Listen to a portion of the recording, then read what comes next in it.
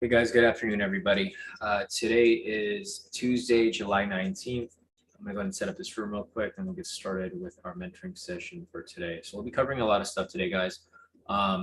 We do have a couple questions already lined up, so I'll be going over those. But for today, I think we're mostly gonna be going over the 10-minute intraday strategy and basically ways to take the breakout either direction. So let's go ahead and finish setting this up, and then we should be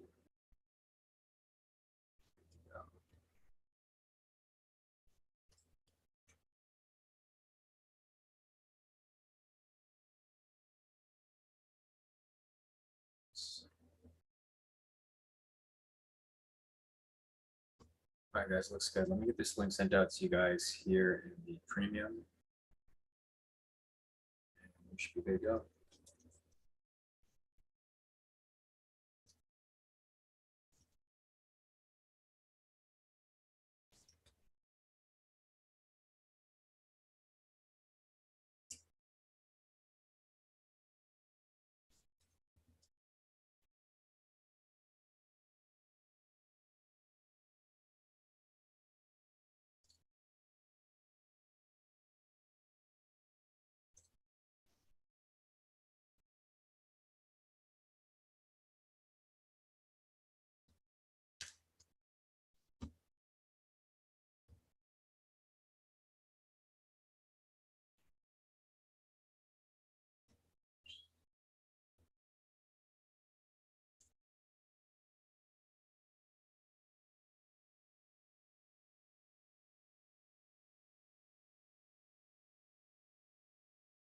All right.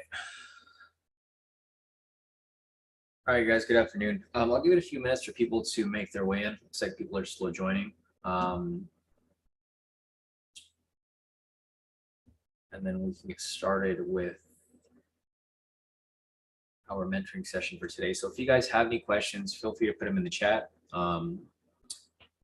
Otherwise, we have a couple questions here lined up, and I think the rest of the session will be covering basically a deep dive into the 10-minute intraday strategy and the ways that you can apply the breakout in both directions. So I think those are the two main strategies I'm going to be focusing on myself, guys, with applying. The main reason for that is because I just don't want to be on the screen all day, right? That's like the whole reason I got into trading. I got into trading so I don't have to really work very much and make more money than I did at my job as an attorney, right? So for me personally, I want to keep it simple. So I'm going to be looking for entries here off the 10-minute, which will be the intraday strategy. This doesn't come up very often, but I do have my alert set up. So when I do get a momentum signal, I can just pull up the chart. And then for the breakout, I think this would be pretty solid just to take once a day instead of having to stay on the charts and like looking for these variations and these small trades within, because it's just a lot of work having to stare at the chart. And it's frustrating when like you're staring at the chart for like 20 minutes and then you take your eyes off the chart for like 2 minutes and all of a sudden the trade passes, right? And I'm sure it's happened to a lot of you guys. Like today, I missed like 4 or 5 trades because I kept going between the charts. So I think if you guys want to keep it as simple as possible, I mean, the win rate's not going to be the win rate's fine, but it's going to be a lot less work versus having to stare at the 1 minute, for hours on end, waiting for that perfect entry to come up. I go through phases. Sometimes I like to be on the chart a lot. Right now, I'm not really wanting to be on the chart a lot. Maybe it's because it's summer, but I'm sure you guys kind of get burnt out sometimes if you guys are on the chart like all day, every day. So morning, Ross, or afternoon, Ross. Afternoon, Patrick. Hey, Matt. Good afternoon. So, all right, guys, looks like some of you guys are here. If you guys have any questions, feel free to put them in the chat. We can answer whatever questions you guys have. I'm going to go over the questions that I already have lined up from B. Let's see, B wants me to cover if these align with like the stuff that we're already going to cover today. I'm just going to keep that for later. So B wants me to go over the high-low strategy, the 15-minute high-low rejection, and the 10-minute intraday. So I'll save the 10-minute intraday for after. But we'll go over the high-low real quick. and then also the 15-minute high-low rejection as well. For that strategy, I kind of just curved it, guys, because I've been back testing it. It doesn't come up very often, so it's kind of pointless to. I mean, it's useful. It does work, but it is kind of pointless because you'll be looking for that trade like almost every day, and it'll come up like maybe once a week or like once every couple days, which is it's good when it does come up, but odds of it coming up are unlikely. So I will go over that, and we can cover that shortly. So let's see. Maria's asking, can I have an explanation about an engulfing candle? Because maybe I have another one. Yeah, sure. I'll go over that, Maria. So let me add that to the list over here as well. Yeah, cool.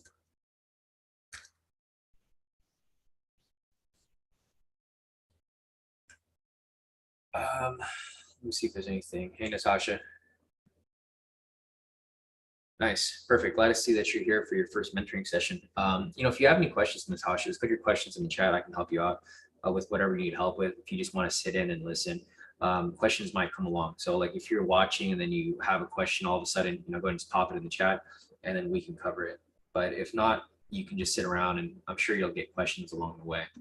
Another question from Jamie. Jamie's asking, I would like to learn more about the way you were trading a year or so ago. Not sure what you called it, the way you scalp and make lots of profits. So I'll show you guys that strategy too. I don't really use it anymore because I don't like being on the screen all day. If you're applying that strategy, you have to be on the screen like literally all day. It's one of the forms of trading that Kevin uses. Like you guys saw Kevin in the chat. He said that's exactly how he trades too. So that's how he locks in like, a ton of trades, at once. But it is a very risky way of trading, Jamie. So when I do show you it, just make sure that you, I would recommend you doing it on a demo account for a while because you can make a lot of money real quick, but you can lose a lot more money even quicker, especially if you start to get greedy. Because you'll see that a lot of entries do come up. But the problem with that strategy is that, once you kind of get into the swing of things, you're going to start skipping steps. So we'll be going over that as well. So for Jamie, I'm going to show you the, it's called the high-low reversal.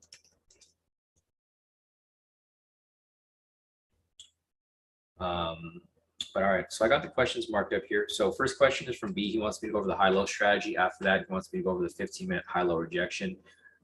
Next, we're going to go over engulfing patterns with Maria. That's going to go hand in hand with Jamie's question, where we'll be covering the high-low reversal on the 1 minute. And then after that, we'll cover the 10-minute intraday and the breakout strategy. So let's start off with that for now, guys. First question here with high-low strategy. This is on the 1 minute. I'll put up the requirements over here for the high-low. This strategy still works very good. I mean, like today it hit pretty often. If you guys are watching the charts, it hit like, it just kept hitting today. So I'm going to go back like towards the middle of the session because we typically stop trading around. I think the cutoff for trading would typically be around 11 o'clock. At this point, you should probably just stop because you'll see the market here start to move kind of weird, right? So you'll see market move kind of directional. And then once it hits 11 o'clock, which is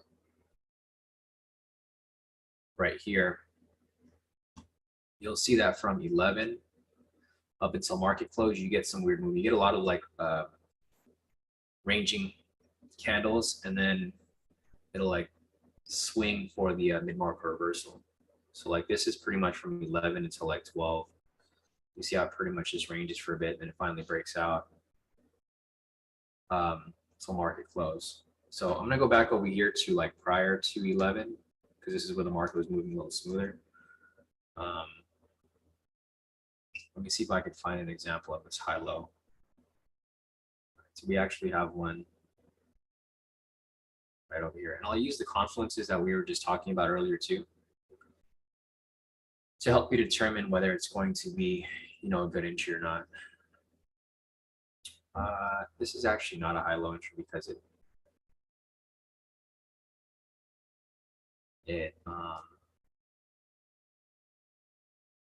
touched it right there. So let me go over here real quick. This is one of them right here. So, all right, let's go over the requirements right here. Let's see, one question.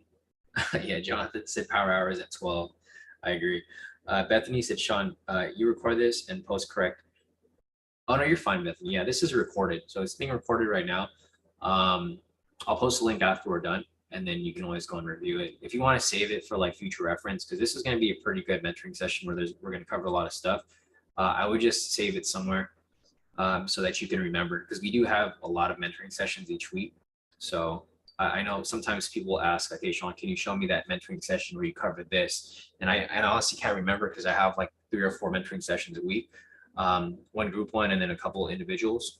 So just make sure to save it if you guys really want to watch this in the future. Yeah, no problem. PC's asking, good afternoon, can you explain double bottom?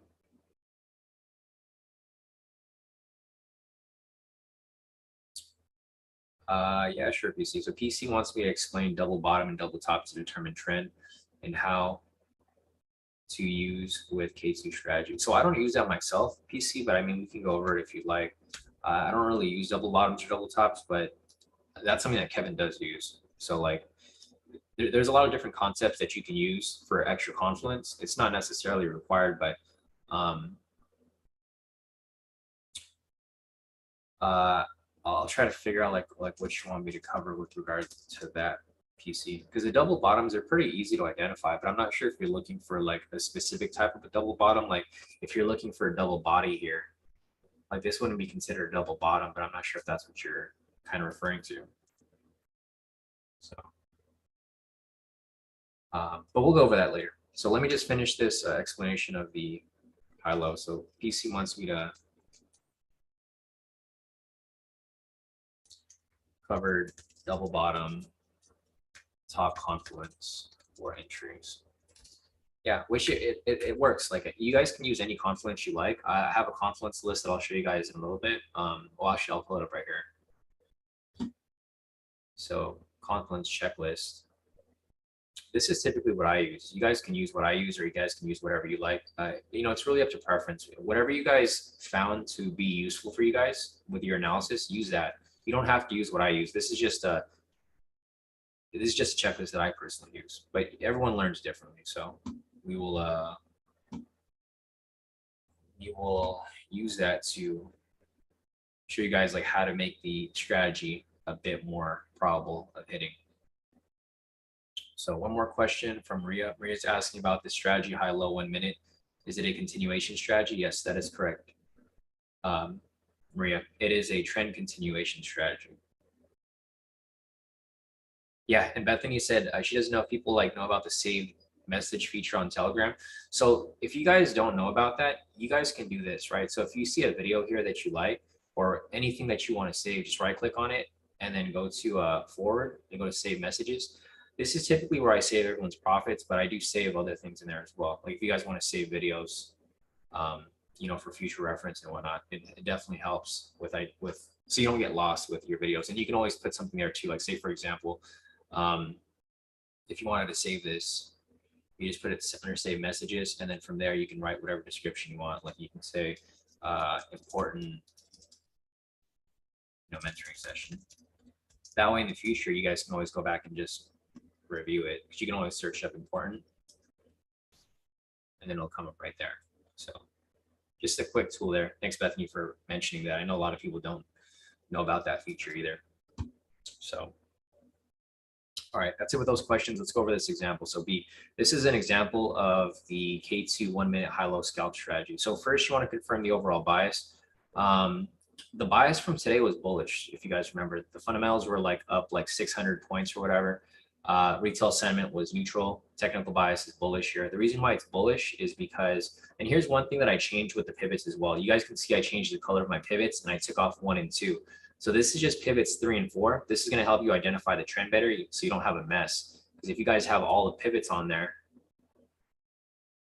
it gets pretty messy and you don't even know what you're looking at, right? This is like too many lines. So I take off level 1 and 2, and then I just color level 3 and level 4 to green and red so that you can know when trend is up or down. So like when the green line is above, The red one, that's going to indicate that it's in an uptrend. You guys can see right here, price is above, it's in an uptrend, right? Vice versa, when price swings below, you guys will see that the red one goes above the green. So you guys can do that for yourself. I do it on mine just because it makes things a lot easier. It's just color coordinated, so I know exactly the direction of the trend. So, and the reason why I use 3 and 4 is because those are the strongest pivots. If you use 1 and 2, it's going to cross over a lot. Like if I change this over here, it's 1 and 2. You guys will see that it crosses over very often, right? And it's super close. So it's hard to really determine,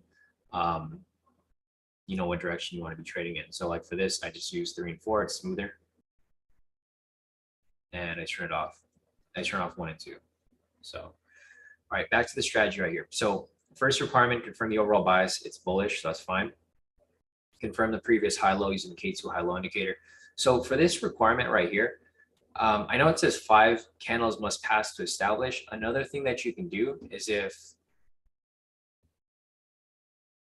you don't want to count the candles, and I know sometimes it gets kind of tedious, you can just wait. So like if this candle here breaks above it and this doesn't disappear, then it's established, right? The only reason we're calling it established is because once it's established, it doesn't repaint. So once it's there, you can see, you can push as many candles as you want and it's not going to disappear. So, but you'll see this one over here does disappear, right? So right here we have a high. And say we're using this as the example. If price pushes above it and it disappears, it's no longer established. So you don't necessarily have to wait for 5 candles. You just have to wait for it to be established, meaning a candle passes it and it doesn't disappear. So just for reference. So back to the requirements here, confirm the overall bias. It's bullish, confirm the previous high low. This is the high right here prior to this candle. Confirm price break and close past the previous high low. So this candle right here is breaking and closing past this high. That's going to be the 3rd requirement. 4th requirement, you want to confirm you're trading in the direction of momentum using the K2 momentum indicator. So looking back at the previous momentum, it's bullish right here. It's a green bullish momentum indicator. So with that said, we're going to confirm that we are trading in that direction. Since you're looking for a buy here, you are trading in the direction of momentum.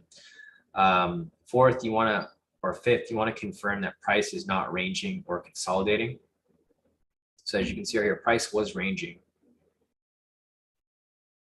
right here. But as soon as this candle broke and closed above it, it's no longer ranging, right? Because it finally broke outside. So with that said, 5th requirement is met. 6th, you just want to confirm price has not touched the previous swing before break and close. So prior to this candle breaking and closing, no candles have touched it. So everything has been met. After that, you can enter on the open of the following candle. I know this is a negative risk toward. I'm going to try to figure out a sweet spot where we can use a 1-to-1, but for now, we're just going to keep it as is. You know, I'm working on too many strategies right now, so I don't want to kind of get tied up on like one thing or the other when it's not really all that important. Because this still works, it works perfectly fine.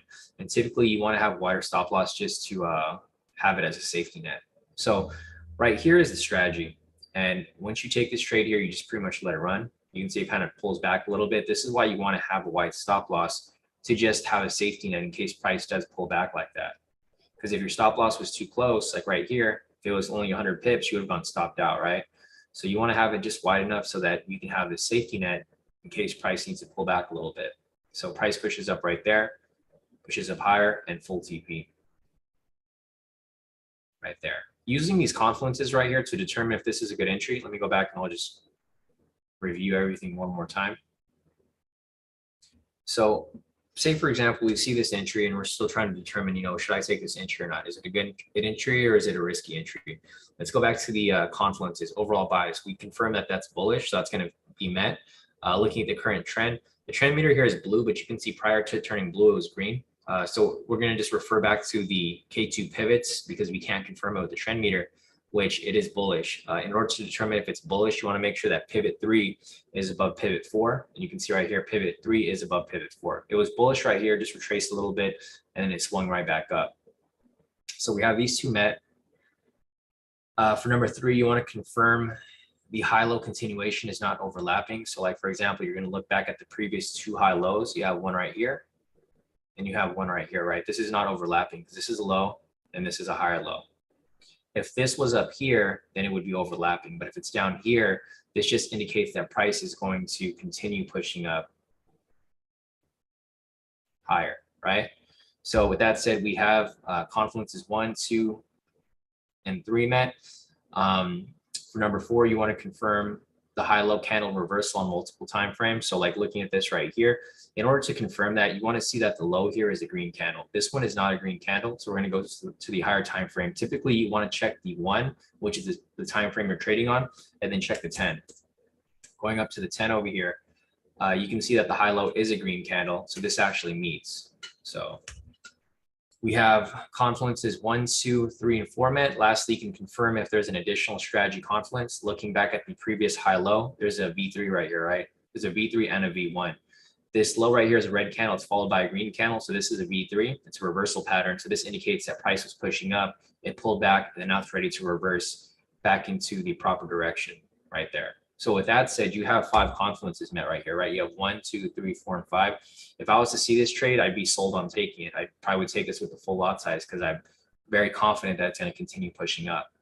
And that's how you guys want to build these entries and determining whether you want to take it or not, right? Whenever you take a trade, it already has a set win percentage, right? Like you probably have like maybe a 60% win rate. Once you add these confluences, it gives you closer to that 100% rate, right? Because you have everything lining up here, indicating that, okay, price needs to go up because everything lines up. So as you can see right here, price does go up and it does hit TP. So this is an example of a perfect entry. Question from Madhu. Madhu's asking, does a V1 require pending momentum? Yes, it does, but we're not using this as an actual entry.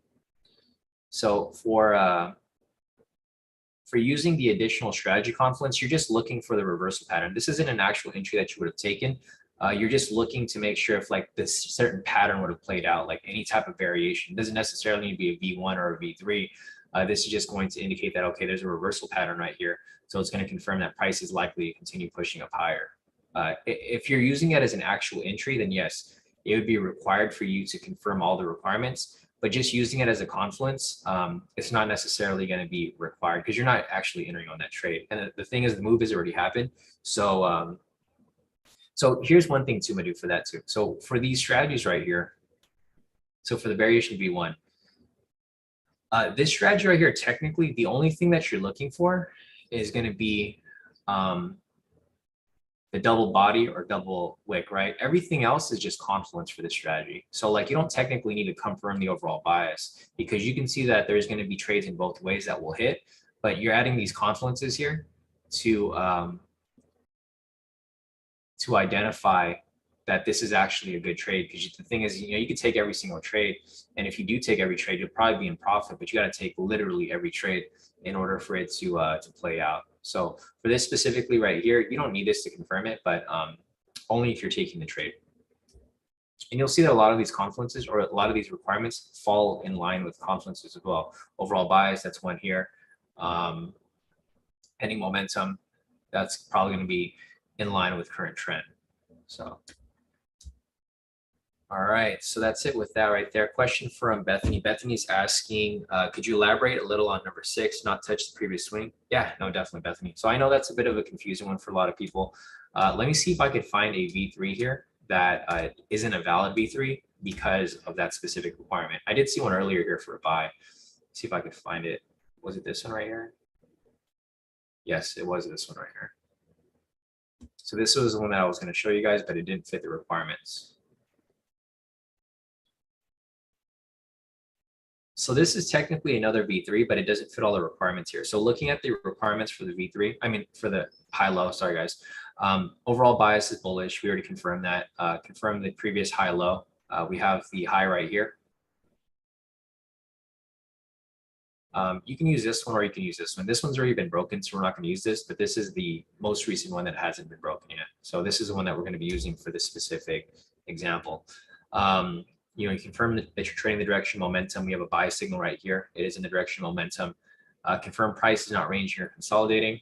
It's not any longer. It was right here, but it is no longer ranging because it broke outside of it.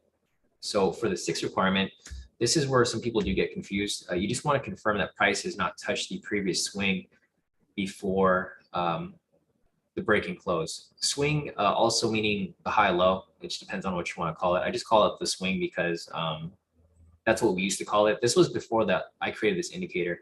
So we actually didn't have this high low indicator when the strategy was first introduced. And that's why we call it the swing, but it's just the high low. So for that requirement there, you just want to make sure that no candles here touch the line before the entry. This is the entry candle right here. And you can see that this prior candle right before it actually touched it. So with that said, this would have invalidated this entry for rule 6. But it still looks like it does play out. I see a lot of people skip this step. I wouldn't recommend skipping this step, but I've seen a lot of people take it because they're so confident about the move, and they still take it anyways because it does still hit right here on the following candle. So does that make sense, Bethany? If you need another example, I can show you, but if it makes sense, fine. All right, perfect, Bethany. So that's it with those questions right there. B, I know you're still here. If there's anything else you want me to cover with this high-low, let me know. If you want another example, if not, we'll move on to the next question, which is going to be the 15-minute high-low. Let's see, Medusa said, thanks for that. I can see. Would the high-low before it be a high-low scalp then? Let me see. Oh, you're talking about this one right here. Yeah, actually, you're right. So the thing with this strategy, and this is like exactly what Maria was talking about. She was asking if this is a trend continuation strategy, which it is, because you can see that multiple entries here actually come up. So like there's one right here, right? This is the one that I showed you, the first example. That would have hit TP. This one would have been invalidated. And the question here from Madhu, he's asking if this one right here prior, this candle creates another high low. This right here would actually be an entry right there. So you would have skipped this one because this doesn't meet, but this actually breaks this high low right here. So that same entry that we would have invalidated actually met because it hit this high low right here. This is why it's important to draw all of the high lows so that you can identify and follow along as price continues to, obviously move along. Because there's actually two entries here. There was one right here, and there's one right here. So you could have taken all three of these right here. Could have taken this one.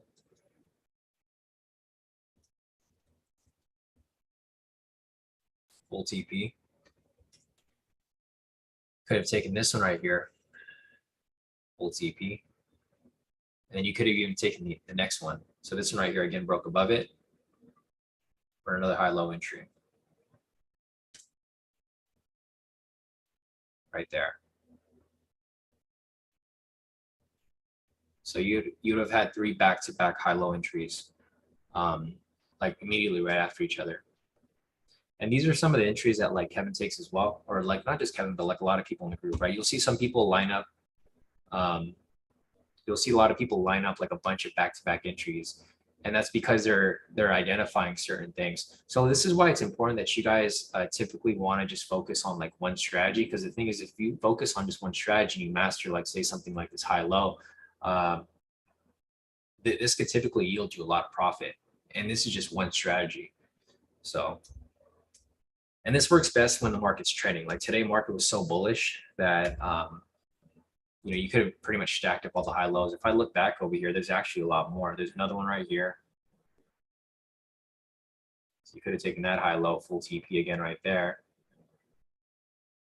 There's another high low right here. So like the people who are really good at high lows, or that really like to apply high lows, and I've seen a couple people post profits in the group. Let me just delete this real quick. I don't want to confuse one. So Kevin right here, you can see all the buys that he took around that point. Yeah, it was around that point too, around that time. So you can see it took a couple of high lows right here. He took this one and this one. I think Sisu took a couple too. So Sisu took a lot of trades here for buys at right 9 o'clock. That was where all these high lows came up. So there's a high low right here. Another high low right here.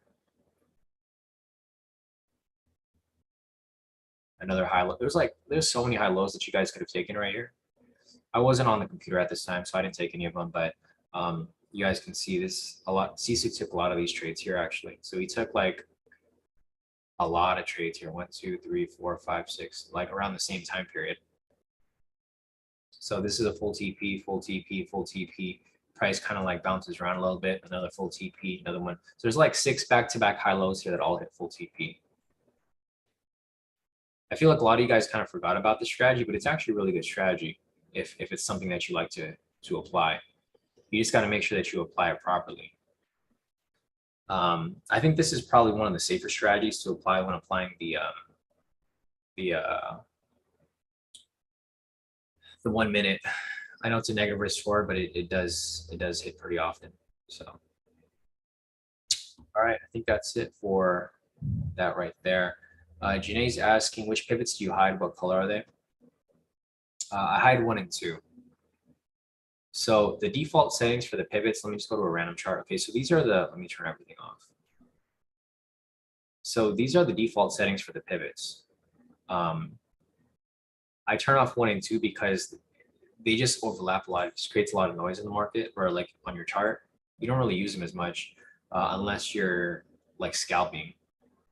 This is like another way that Sisu trades too. Sisu typically looks for he looks for rejections off the pivots. When our price comes down and touches the pivot, rejects off it, he'll take a buy there. And he'll just keep taking all these buys as the price continues to move along. That's why he has a lot of entries right there as well. So let's say all of his trades came up at 917 and 918. Here's 917. Here's 9 o'clock. So basically, when our price came down and touched it, he just took buys off the pivot rejections. So with the settings right here, Janae, I turn off 1 and 2. And typically 3 and 4 is orange and red, but to color coordinate it so that you can identify the trend and whatnot, you just change orange to green. It just makes it easier for you to identify what's bullish or what's bearish, because when green's above, like whatever is above is going to be what the trend is. So if this green is above red, this means that price is bullish, obviously. When price is below, so if the red's above, you can see that price is bearish. And it's just easier for color coordination. If you want to leave it at the original colors, you can, but I think this is a lot easier so that you don't get confused with the colors and whatnot. All right, so I think that's it with that. I answered these questions for the high-low. Let's take a look at the high-low rejection now. So let me just clean this up right here. I don't really apply the strategy. Well, I try. If I see it, I'll apply it, but I don't see it very often. So let me see if I could find one here.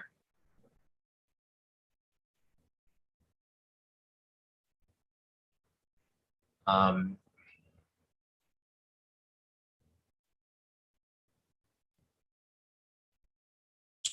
right, so let me see if I could find one.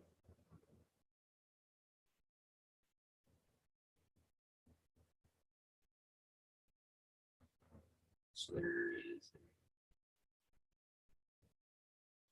All right, so there's one right here. Let's replay this. See, if you go and backtest this, you guys will see that it doesn't come up very often, but when it does come up, it does hit. So basically right here, identify an unbroken K2 high-low. So you're basically looking for the most recent high and the most recent low, right? So you have the high here, you have the low right here. This is going to be the entry candle, so you're just going to ignore this first, or let me just go back one. So looking at this right here, you can see that we have the high, we have the low, right? This is an unbroken high. Second, you want to identify a wick rejection off the K2, a high-low in the direction of the trend. So let's go to the next candle. This candle right here is the entry candle. You have the wick rejection right off the high-low. And you want to make sure that you're trading in the direction of the trend. So as you can see from the pivots right here, the red line is over the green. So this is bearish. Looking at the trend meter, it's also red. So the trend here is red, and we're looking for a sell. Third, it's just settings for the trend meter. It sets the chart.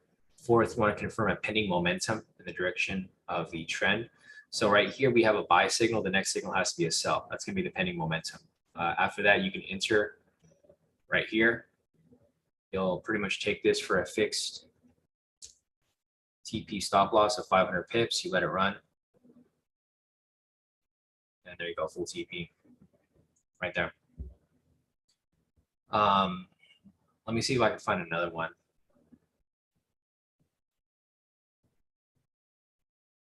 You guys can see it's an easy strategy. It just rarely comes up. That's why it's hard to take. So let's see, there's one on the 15th and then one on the 18th. So one like 3 days, or actually this was a weekend. So that's why it changed like that. But I'll show you another example right here. Same thing again. So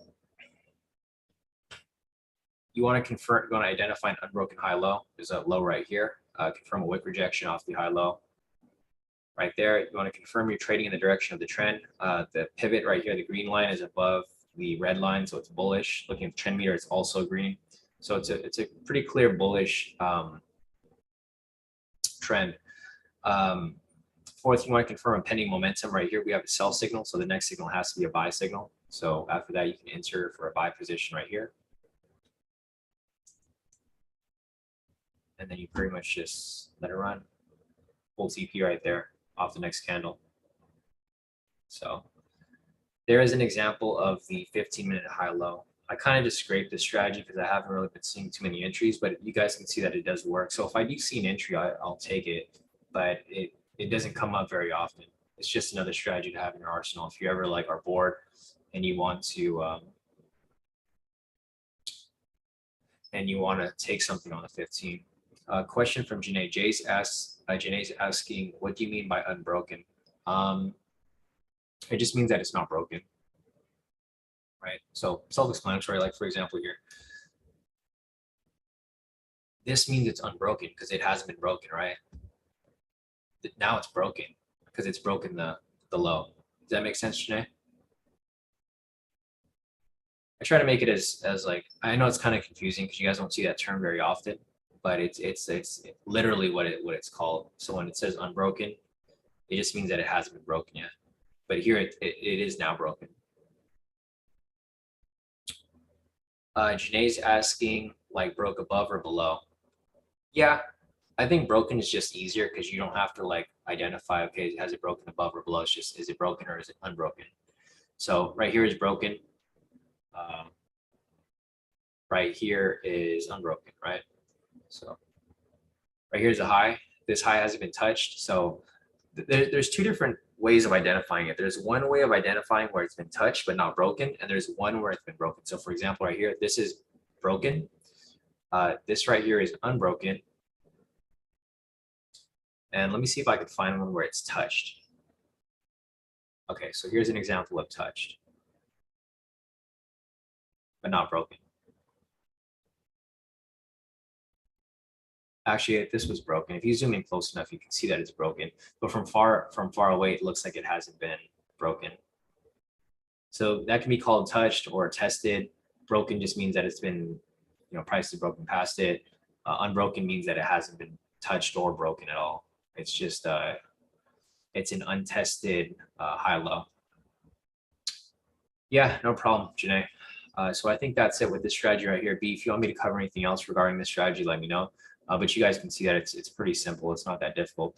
If I do end up making this an official strategy, which I mean, I probably will at some point,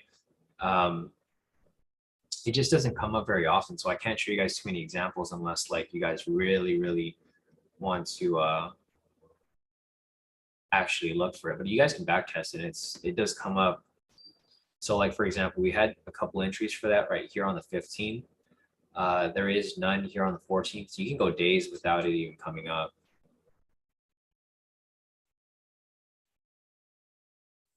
Let's see if there's any more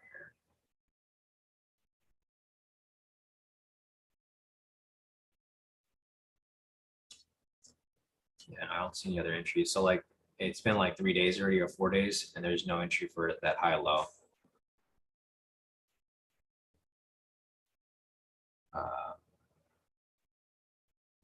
One right here. And the thing with the requirements is that sometimes you'll see one, but unfortunately it won't fit the requirements because you need a pending momentum. And on the 15, the momentum signals don't come up as often. So, all right, that's it with the 15-minute high-low rejection. So I think that's it with your questions, B. The next question that you have is for the intraday. I'll save that shortly because I want to spend a lot of time on that one. Give me 1 second, guys. I'm gonna grab some water. I'll be right back.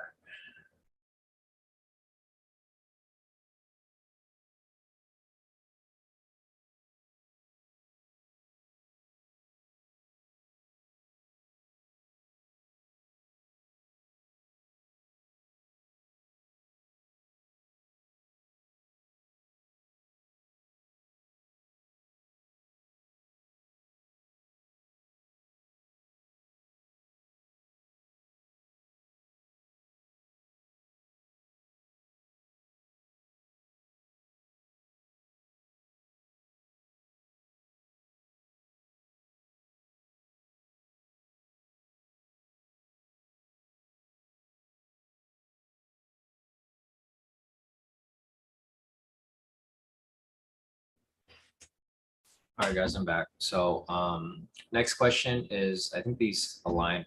So Jamie wants me to go over the 1-minute high-low reversal strategy. And, just a reminder, guys, I don't recommend you guys apply this unless you guys are actually like know what you're doing, right? This isn't something that you can just take and then automatically win every trade. This actually requires that you analyze the chart and you analyze like the candles, especially on the 1 minute, it moves super fast. So you have to, like you really have to know what you're doing. You can't just like check off the it's not like the other strategies where you can just check off the requirements and then you're like, okay, take it, because these entries come super fast. So let me go over here real quick and let me just see if I can pull it up. So Jamie, if you're not good with any of the other strategies, I think you should probably like focus on the ones that are like easier to apply, because this is a more advanced advanced way of trading. This is how Kevin trades, and this is how CC trades. Like basically the people who lock in a lot of profits and take a lot of trades, like 10, 20 trades a day or more, they use something like this. It's just it's a pattern that comes up very often, but you have to be in and out of the trade super quickly. This isn't one where you can just like, where you can think about it. When it closes, you have to be in position. If you're not, you're probably gonna be too late.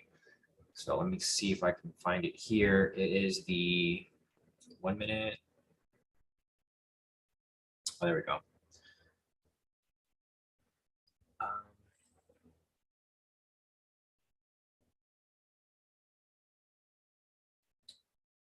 Here, let me go over the questions real quick before I go over the strategy, because it's going to be a pretty deep dive into this. HP is asking, can you show me how to backtest on TradingView? Never done it before. Use V2 strategy, for example. I'll see if I can find the V2. The V2s don't come up very often. They, I'll see if I can find one here, but I don't think I see any V2s here. Okay, so here's a V2. It doesn't fit the requirements, but here's just a quick example. So your question, HP, is how do you backtest? Like say, for example, so there's a V2 right here, right? I'm just going to take everything off. I know this doesn't meet all the requirements, but I just want to show this as a quick example for your HP. So in order to backtest, you would go back and hit the replay button right here. You have to have like a premium account with TradingView though, so just FYI. Some of you guys might not have this function here, or if you guys try to click it, it'll tell you to upgrade. So let's just go back to this right here. Here's a V2. You can see that we rewinded back to this time. So this is like trading real time. You go over to the V2 right here, confirm the overall bias. We're just going to say it's bearish. I know it's not bearish here, but we're just going to say because these strategies barely come up. So if you're looking for a V2, I'd have to go super deep into the charts to find one. So I'm just going to show this because I know this isn't it's a pattern that you'll be looking for. It's just this wouldn't be a valid entry. So overall bias, we're going to assume it's bearish. So you can take the sell here, confirm the high low. There's a high right there. Confirm the high is green. The high is green right there. Confirm the candle following is a strong candle. No wick on the bottom for a sell, and no wick on top for a buy. So looking at this right here, everything's met. You enter this for a Short position, you confirm the pending momentum. Right here, we have a bullish momentum. Next momentum has to be a sell. So you have all of that met right there. It's a fixed TP stop loss, 300, 100. You let it run, and there you go, full TP. But the V2's barely come up. So this is, and here's another example. So the reason why I wanted to use this example is because this does fit as a V2. This also fits as a strategy that Jamie was referring to earlier. So again, right here, where was it? Yeah, the 1 minute reversal. HP is asking which V strategy comes up the most. Probably the V1. It's probably least accurate though. So the V1 and the V3 come up pretty often, but the V1 is probably the least accurate because it comes up like so often. Like it literally comes up every couple minutes. So like I could even just point out right here, there's a V1 right here. There's a V1 right here. It hits, but I mean, you have to take like every single trade. And you have to be really quick because it happens so quickly. V1, V1, V1, V1. There's so many of them that come up. So when you're taking these V1s, you have to like confirm the confluences. You can't just take every single one because they come up often, but they have a negative risk towards. You have to be very selective about which one that you decide to take. So there's V1s right there, and then also there's a V3 right here. This is a V1 and a V3. This is a V1 and a V3 as well.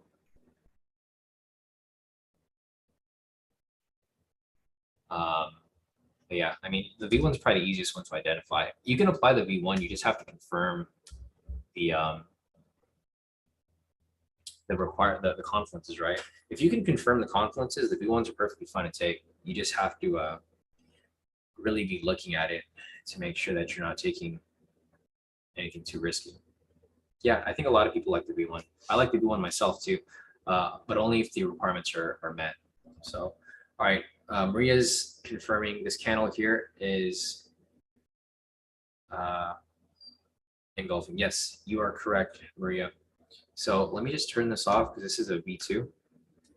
And let me just show you the strategy earlier that I was trying to confirm for you, Jamie. So this strategy here is called the K2 1 minute high-low reversal strategy. This is a strategy that I used to apply a lot when Trump was president, right? When COVID was going on, because when the thing with this is that the market was so volatile, it was bouncing back and forth, and it was really easy to catch like these quick moves. You can still catch them now, but they're a bit more riskier when taking. So let me just go over the examples right here. You want to confirm the K2 high-low.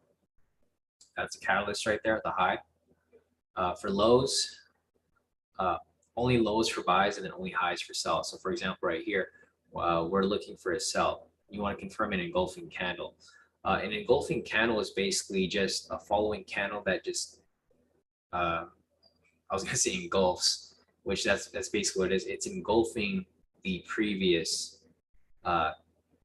candle, right? It's just a reversal pattern. When you see a pattern like that, it just indicates that price is going to swing the other way. Yeah, exactly. Natasha said it's larger than the previous candle. Exactly. So you're basically just looking for a big candle that pretty much just eats up the previous candle. So if you were to measure this candle right here, this would be about like 80 pips, and you put it next to this candle right here, it pretty much eats up the entire candle, right? That's considered engulfing. It doesn't matter which side that it's on because it's just a reversal pattern. This is where you would tie in the other confluences. So like, for example, right here, you're confirming an engulfing pattern, and then you're looking for a pending momentum. This is like the key thing here because what you're doing is you're identifying the reversal right here. You have a high with a green candle, and then you have an opposite candle right here. So what this is telling you is that price is probably going to push down. And then if it does push down, it's going to push down at least 100 pips, right? Just to like, or 150 pips just to hit your TP. It doesn't matter if price ends up reversing. it's at least going to come down and hit your TP right there, right? That's typically what you're looking for. So let me just go back over here again.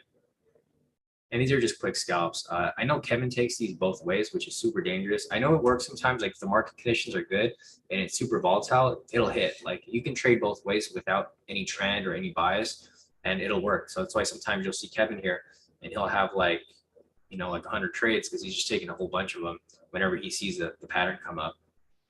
So this is the pattern that you're looking for. The main red flag about this strategy here is that you can get caught in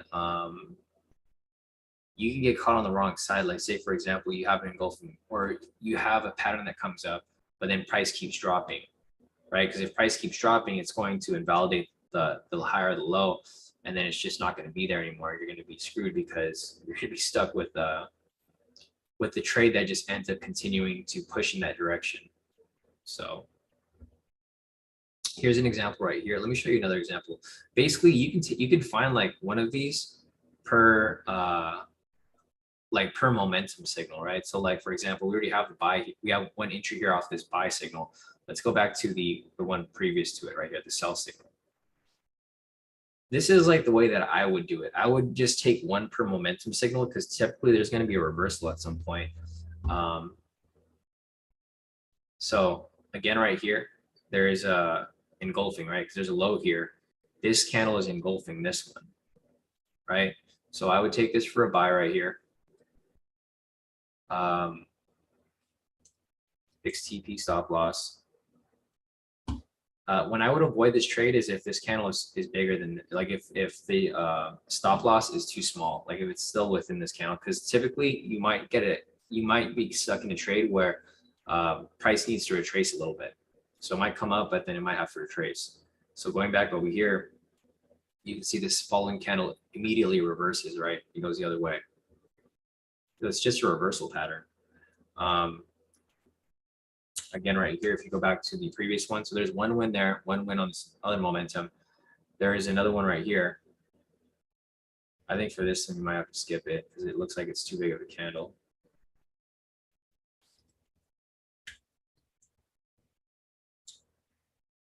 Yeah, it's kind of big. So I probably would have skipped this one. Let me put another requirement here.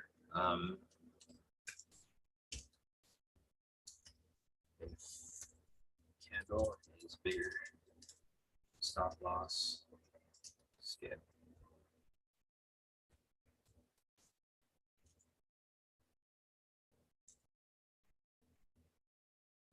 All right, so this one right here you would skip because this candle is too big. If it retraces up, it'll stop you out before it pushes down.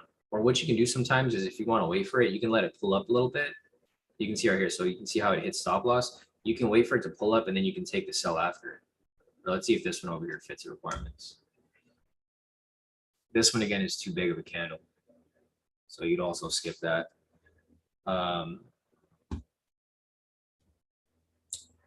Question from Rashida. Rashida is asking, so engulfing the second candle would have no wick. It just has to be bigger than the previous candle. Yeah, so it needs to be bigger than the previous candle. The thing with engulfing candles is that if you look at explanations online, if you look on Google or if you look on YouTube or something, everyone explains it differently, right? Some people go from just the bodies. Some people go for the entire candle. I typically measure the whole candle. Like say, for example, right here, this is how I use it. I mean, you guys can do it however you want. I see people who explain it differently, like almost every time. But I measure the entire candle. So for me to confirm that it's engulfing, I measure this one. I see if it's bigger than this one. It doesn't have to be it doesn't have to be like side by side, like covering it like this. It can be something like this right here, right? Where or actually it's not a good example.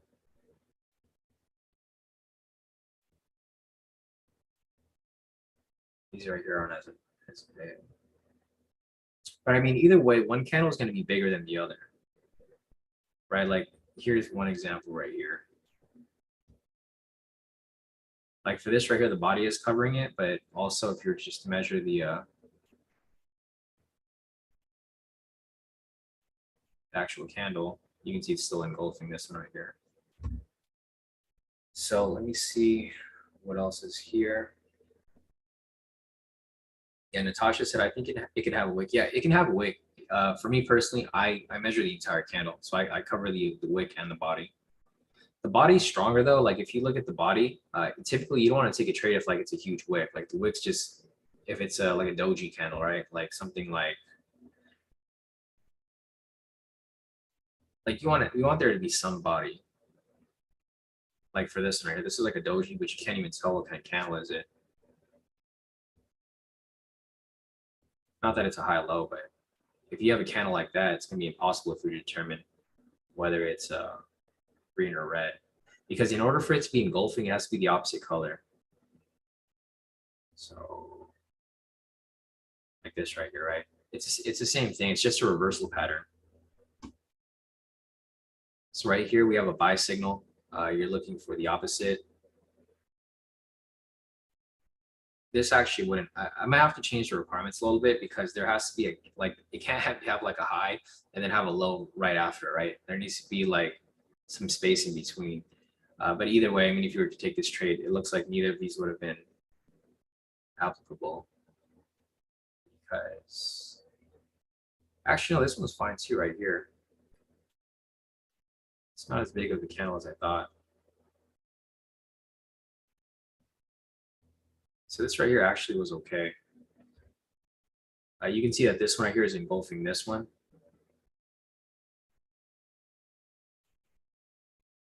Or this one is actually engulfing this one. This red candle is engulfing this one because it is, it's a lot bigger. So like, yeah, if you were to identify this as an engulfing candle, you take this for a short position, take a quick 150 pips, let it run, full TP on the next candle. Right here, you're looking for a buy, opposite. Let me check the questions real quick. Maria said, I thought that engulfing candle must cover. Yeah, no, you are right, Maria. It does have to cover it completely, but it can be either one. It can be the one. It doesn't have to be the one completely prior to it. Because the thing is, when you're applying the strategy here that we have the reversal, you already have a direction, right? So the thing with that, how you refer to it as, like if you're looking for it to cover it completely like this, that's because you're using that to identify where the reversal is going.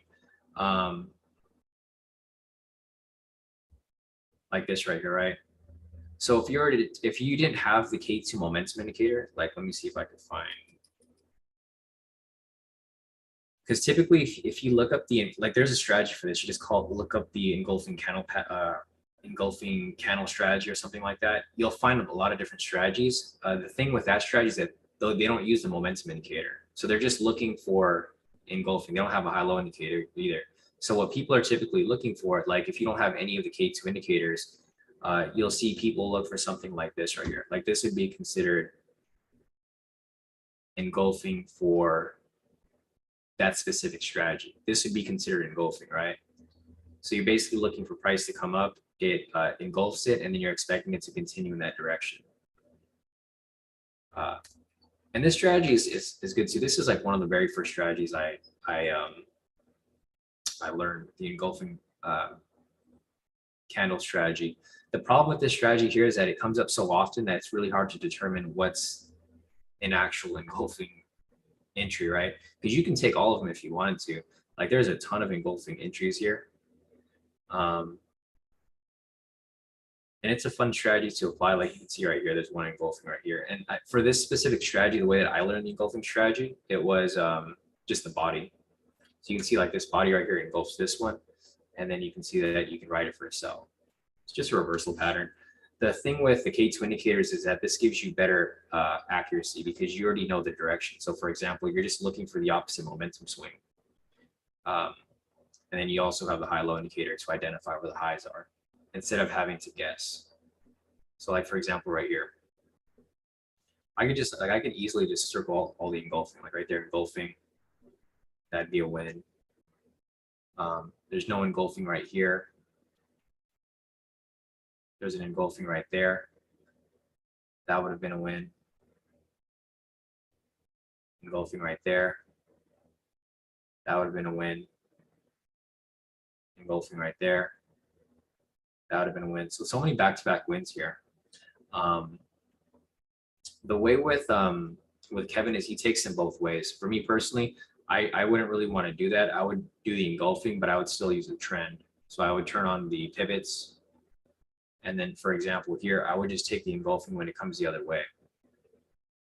So like this right here, I would have taken some sort of buy if it came this way. So like, for example, price is coming down right here, engulfing, I would take the buy. I wouldn't take the sells because that's where you kind of get caught up sometimes. Like, let me see if there's another one here. I think there's one here that probably would have been a loss. Okay, so like right here, this is a perfect example right here. I don't take every trade using the strategy because you can see from right here, this is an engulfing. And if you took it against the trend or against the direction of price, you know, because right here, it's a clear, strong uptrend, right? If you were to take this right here, for sure, you would have lost this trade.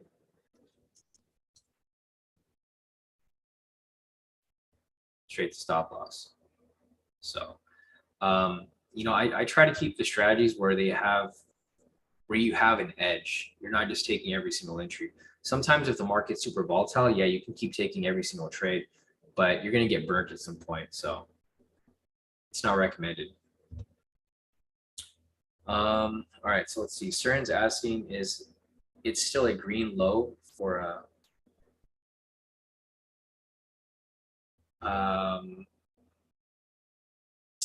this specific strategy? No, Cern. For this one, you can use you're just looking for engulfing. So you're basically just you're waiting for the reversal. So it doesn't really matter for this strategy here. That confluence that we use where the low is green or the high is red, that's because we're tying it in with the direction. So like say, for example, right here, you're waiting for the momentum signal. So your entry is not off the actual low, but you have the confirmation here with the green candle, green buy signal, trend meter is green. Pivots are also bullish. This would be for a different type of entry. So it's not necessary for that specific strategy with the 1 minute high-low reversal, but for this one, as a confluence, yes, we would use it. Another question from, yeah, no problem, sir. Another one from Natasha. Natasha's asking, I just need another strategy that is easy to learn than those other strategies you guys are looking at now. They seem too complicated for a beginner like me. Yeah, I would recommend that you just try out like all the strategies at some point, Natasha, and then because you'll know, like when you try out one of the strategies and you'll see that you like it, you'll know for sure that's the one that you like. Everyone learns differently. You know, there's some strategies that look more complicated, but realistically, for a certain person like you, it might look complicated, but when you actually apply, you're actually going to like it because it's going to be pattern that you're used to seeing. Like a lot of people that are in K2, you guys have come from different trading groups, and you guys have learned other ways of trading. So what you guys can do is you can find a strategy that's kind of similar to the way that you like trading, and then just master it. Because we have so many different strategies here for you to apply. So, all right, Jamie, I think that's it for that strategy right there. I'm not sure if you wanted another,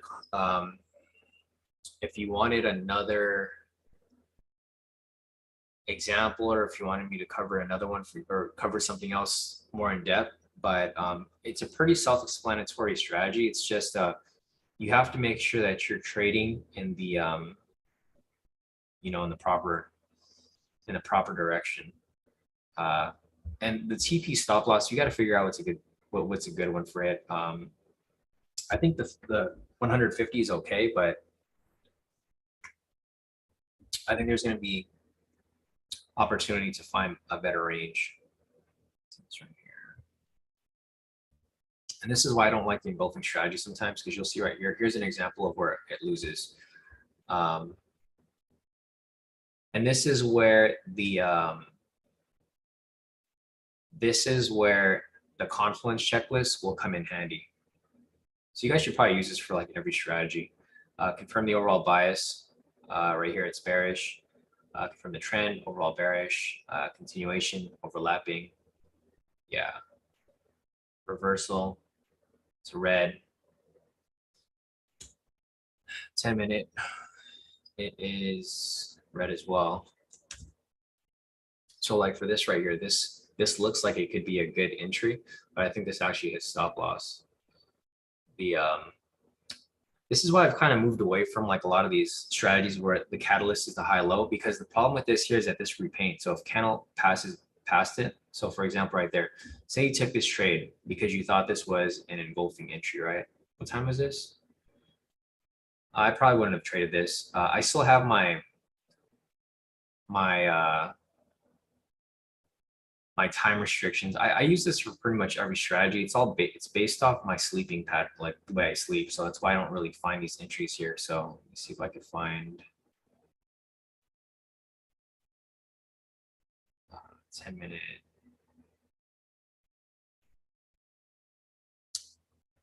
It's weird. I don't see the strategy here.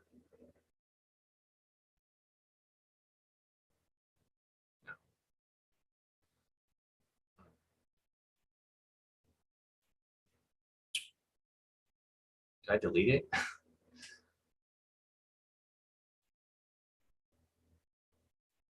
Tripping. All right, 1 second, guys. Let me just refresh this. I don't see the.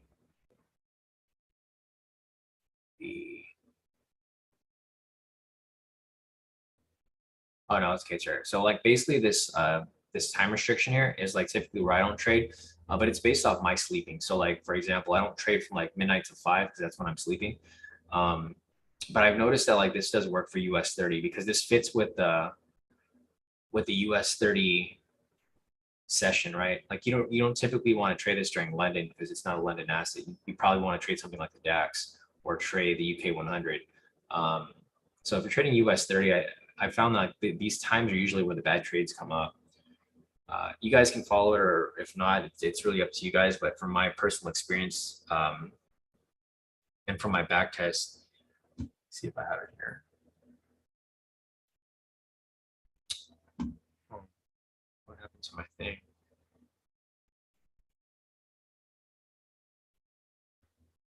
Let me see if I can pull up my back test here. Unless I moved it to a different. Too many windows open.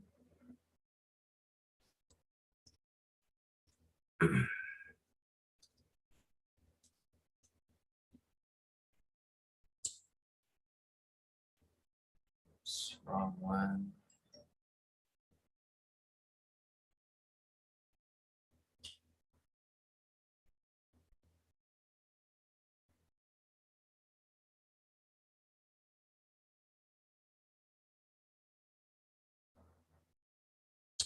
Back test that.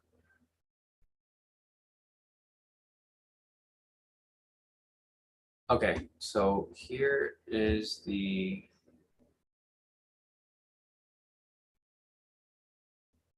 smooth solver over here. Let me just drag this over here. All right, so this is the back test that I did for the 10-minute intraday.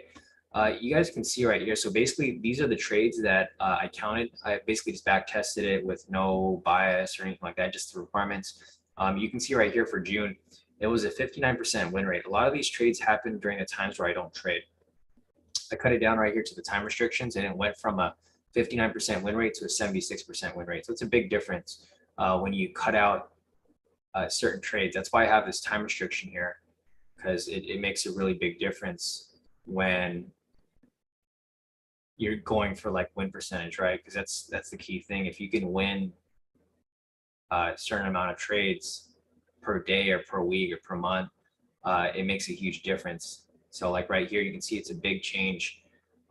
So for May, I did the same thing. I had a 56% win rate. I pretty much added the time restriction. I took less trades, but there were more wins. So I went from a 56% win rate to a 66% win rate. So it's up by like 10%. And then same with like March too. These are all the trades that came up throughout the entire day. I added a time restriction and it went from 54% to 64%. So it's a bit of a game changer if you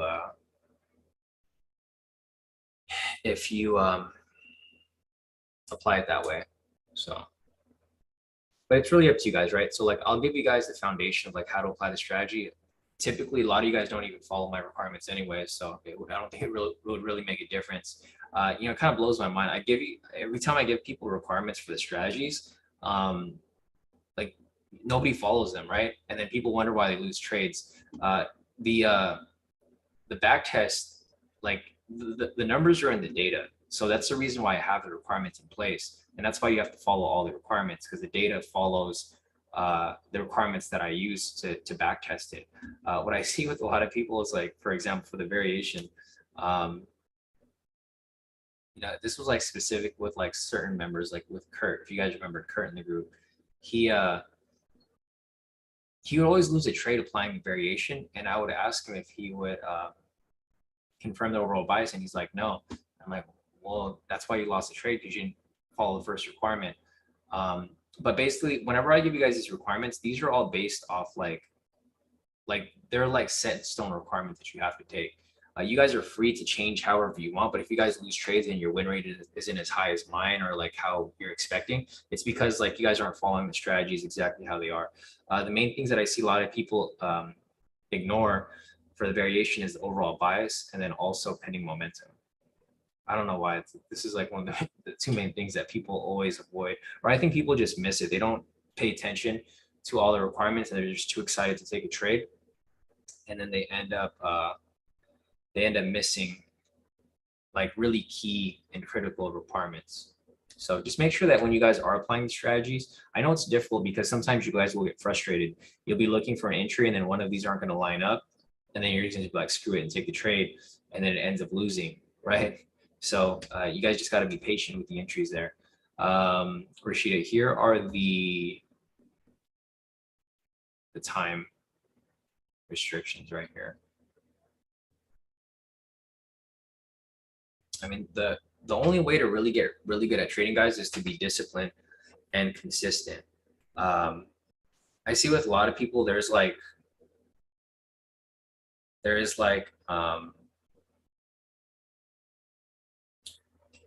I see people that are either one or the other. They're either disciplined or they're consistent. Or actually, I mean, sorry, they go hand in hand. You got to be disciplined and consistent, because if you're disciplined, then you'll be consistent. If you're consistent, then you'll be disciplined, because then you'll have the same results, you know, day in, day out. You don't have like a day where you're like have heavy losses, and then one day where you have heavy wins. Typically, like what I like to do is I like to just have consistent wins all throughout the week, all throughout the day if possible. Or if I don't see anything good, I just skip it and I don't have any trades for that day. All right, no problem, Rashida. Let me scroll up real quick and see what else I'm missing. Okay, so question from HP. HP wants me to go over the V1. Yeah, we can do that, but it's probably going to take some time until we get to that, HP, because we still have to cover the intraday strategy and we have to cover the breakout. So I'm going to add you to the list here, but we're probably not going to get to the V1s for a while.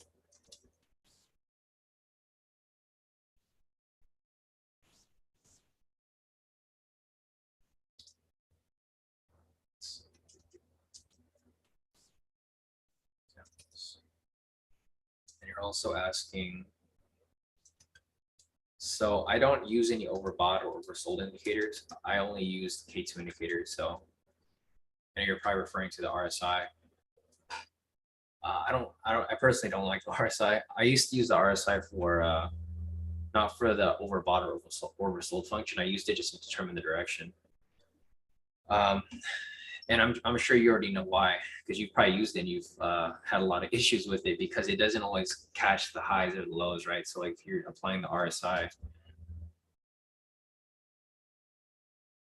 like you can be looking for trades here for like, because I'm sure you guys have seen people use the RSI, and a lot of the times it doesn't stop. The thing with the RSI is that US 30 it's a directional asset, so it can keep pushing up. Like for example, right here, I just don't find it to be too useful, right? Price has been overbought right here for how long, and it just keeps pushing up higher and higher. If you keep trying to sell the overbought, you're just gonna blow your account because you keep losing more and more trades. So quick answer to your question is no, I don't use these oversold or overbought indicators. The only indicators I use are the K2 indicators. If I find that I need to have an oversold or overbought indicator, I would make it myself. I wouldn't use the RSI because it's not very reliable.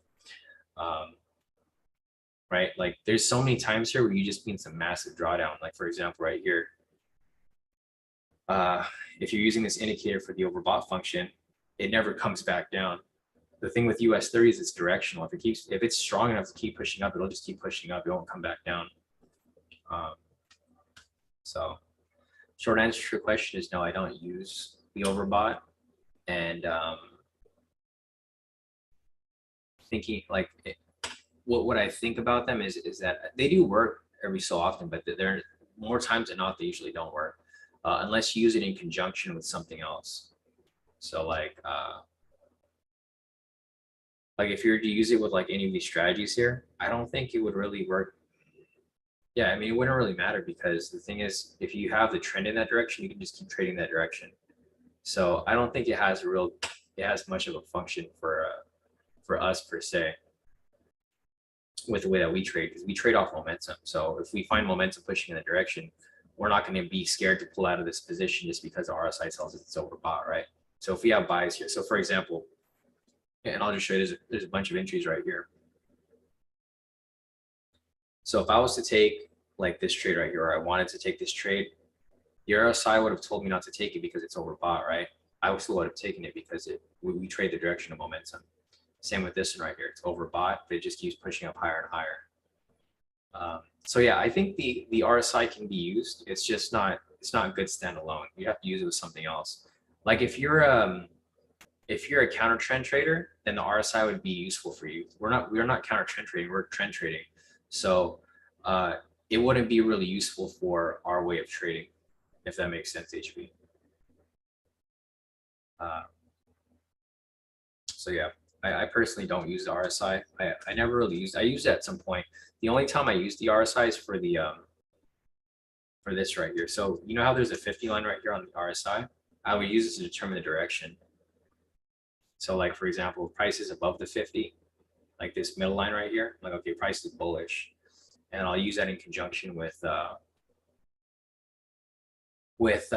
K2 indicator. But we don't need like too many indicators identifying direction because we already have the pivots and we also have the trend meter.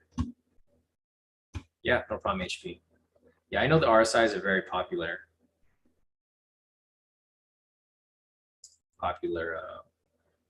indicator, but it's the one thing to keep in mind is that it's also a lagging indicator. So by the time you see the movement, it's already done.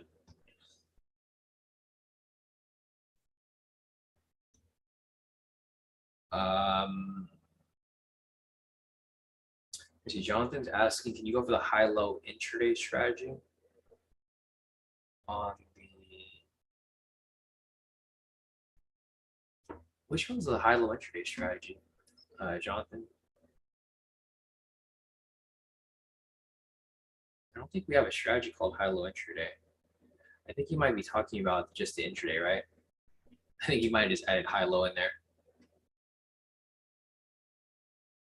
Yeah, no, we'll go over that. We'll go over that shortly. So I'll go over that with the 10-minute intraday. So I'll go over the 10-minute and the 1-minute intraday as well. So I still have your question regarding the V1. We'll go over that after we cover the rest of these questions here. There was a question from PC asking if I can cover double bottom or top confluences for entries. Yeah, I mean, we could. But let me check to see if there's any other questions here. Just want to make sure I have all the questions written down so I don't skip over anything.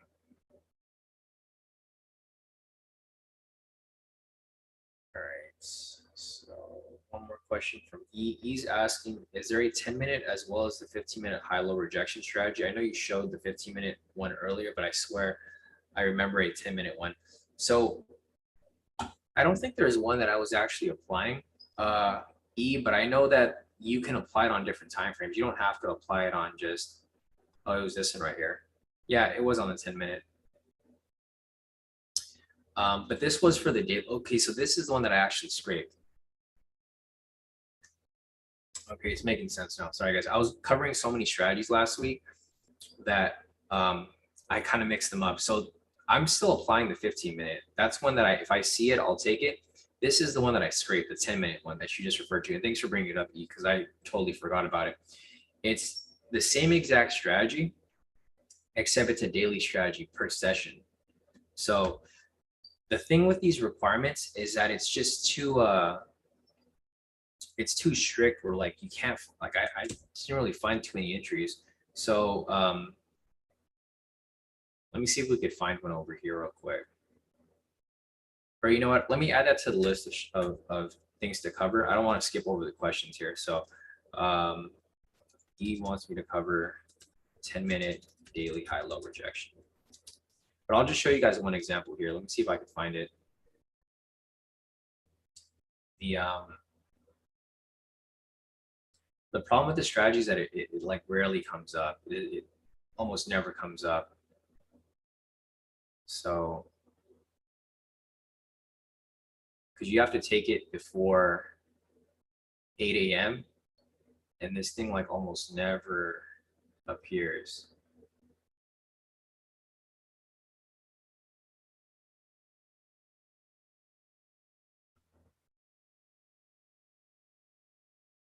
Actually, let me go to like Asia. Where's Asia at?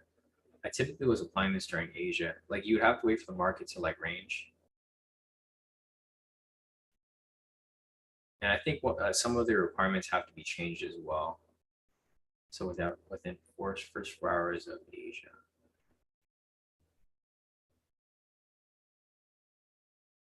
Okay, like say for example right here, it has to happen within the first 4 hours, right? So from here up until 1900,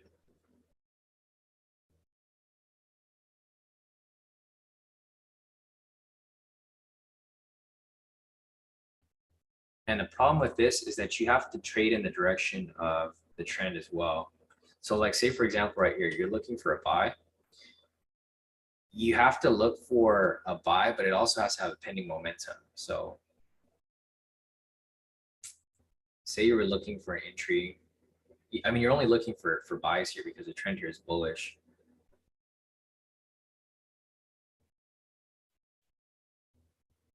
So you can see here that you'll be literally just waiting for like 4 hours and you'll have no entry. And this is what got me frustrated because I'm like, dang, I like wasted a whole like 4 hours waiting for this entry and it never would come. So yeah, so for yesterday there was no entry. It came to a point where I was going back and I was going back like weeks and I wouldn't have any entries because the requirements here are just too strict for this specific strategy. So I personally think you should just scrape this one, E. Just use the 15 if you really want to trade it. Like if you really want to apply the strategy. The reason I came up with this is because I was looking for types of strategies where you can just apply them once per session, right? And those kinds of strategies are kind of hard to come by. You know, now that I'm thinking of it, I'm like wondering if we can find a daily strategy, or if we can use the confluences that I was applying for like daily entries. Let me see if there's one over here. I don't think there's one here though. Let's see. So the day started right here. We were looking for a sell because price is going down. So again, right here, like you guys can see it's an entire day, but there's no entry because the rejection doesn't always come. So let's see. You know, I'm kind of curious now because, for example, like for the daily entry, we could probably, I'll show you guys the breakout, and then, because now I'm kind of getting ideas about the daily entry. Like for example, right here, this is for Asia.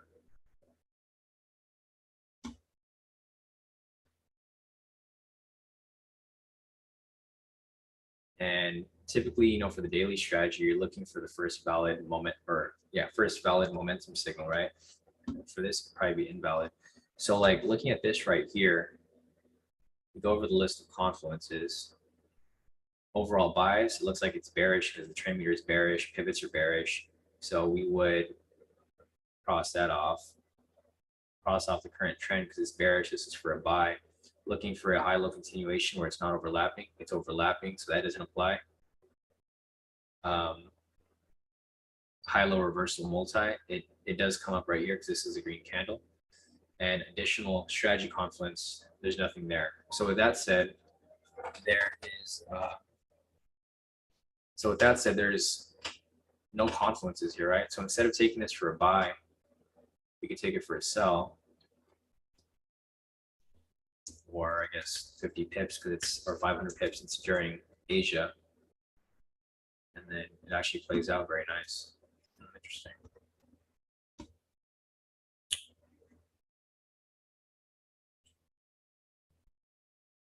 Yeah, so this kind of curious on applying this. I feel like using these confluences kind of just opened up a lot of opportunity with taking certain trades with the daily.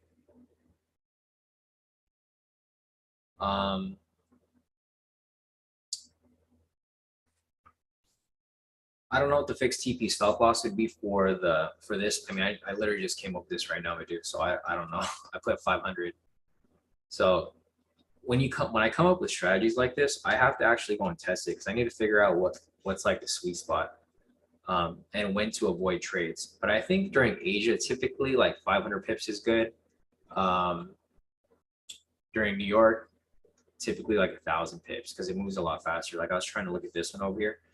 But these candles here are just way too huge. Okay, so let me add that to my to-do list. Check out daily entries. Confluence list. It's pretty interesting. Okay, so let me just go down to these questions real quick. But yeah, 500 pips for Asia, and then probably 1,000 for New York if you want to test it with you. Go here real quick. Question from HP. HP is asking, or sorry, let me go real quick. A bunch. All right, Jonathan, let me add you to the list here as well, Jonathan. So let's go over the 1 minute strategy. HP is asking what's the process if sentiment is not over 60, do we still trade? I mean, it depends on what you're applying, HP. So let me just show you like for the variations, right? You want to confirm the overall bias. If you don't have sentiment, you can still use fundamental and technical. So you don't necessarily not trade, you just don't have a strong bias. So yeah, you can trade, but you know the trade's probably not going to be a very high quality trade because you typically want things to be one-sided. You're probably not going to find it very much one-sided during the summer because the market volatility is a lot lower. So right here it's at 58. It's been like this for like the past 2 weeks. So you're not always going to have that. If this doesn't apply, then you're just going to ignore it. You're going to use the fundamentals and the technicals. So you can still take trades, but they're just not going to be very high quality because the trade can really go either direction. So it looks like it shifted. US 30 is now currently bullish. I don't know how long it'll hold for, probably not too long. I mean, we're still moving into a recession. It's not going anywhere. So see another question here. E said it comes up a lot on FX pairs and Bitcoin. Just not sure if the 10-minute is best time frame to use. Yeah, I don't know either. I personally like the 10-minute because it provides for a decent amount of entries, like enough for like maybe 1 entry a day at the very least. If you go on the higher time frames like the 15, 30, sometimes you'll go a long time without finding any entries because you don't really have those type of movements on here as much.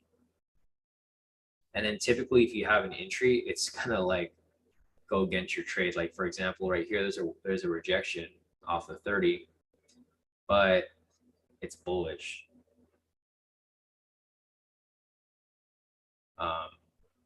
So yeah, looking here on the 30, you can go like days without any trades.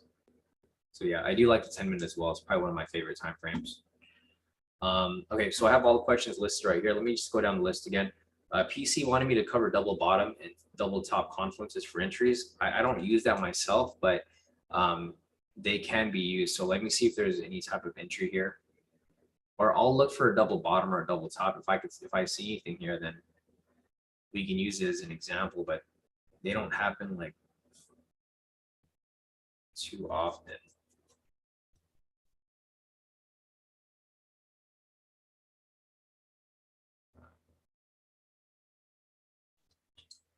I don't see any here.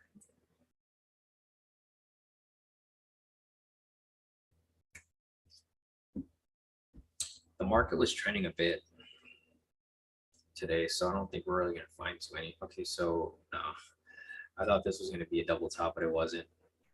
It's close. Is this a double bottom? No.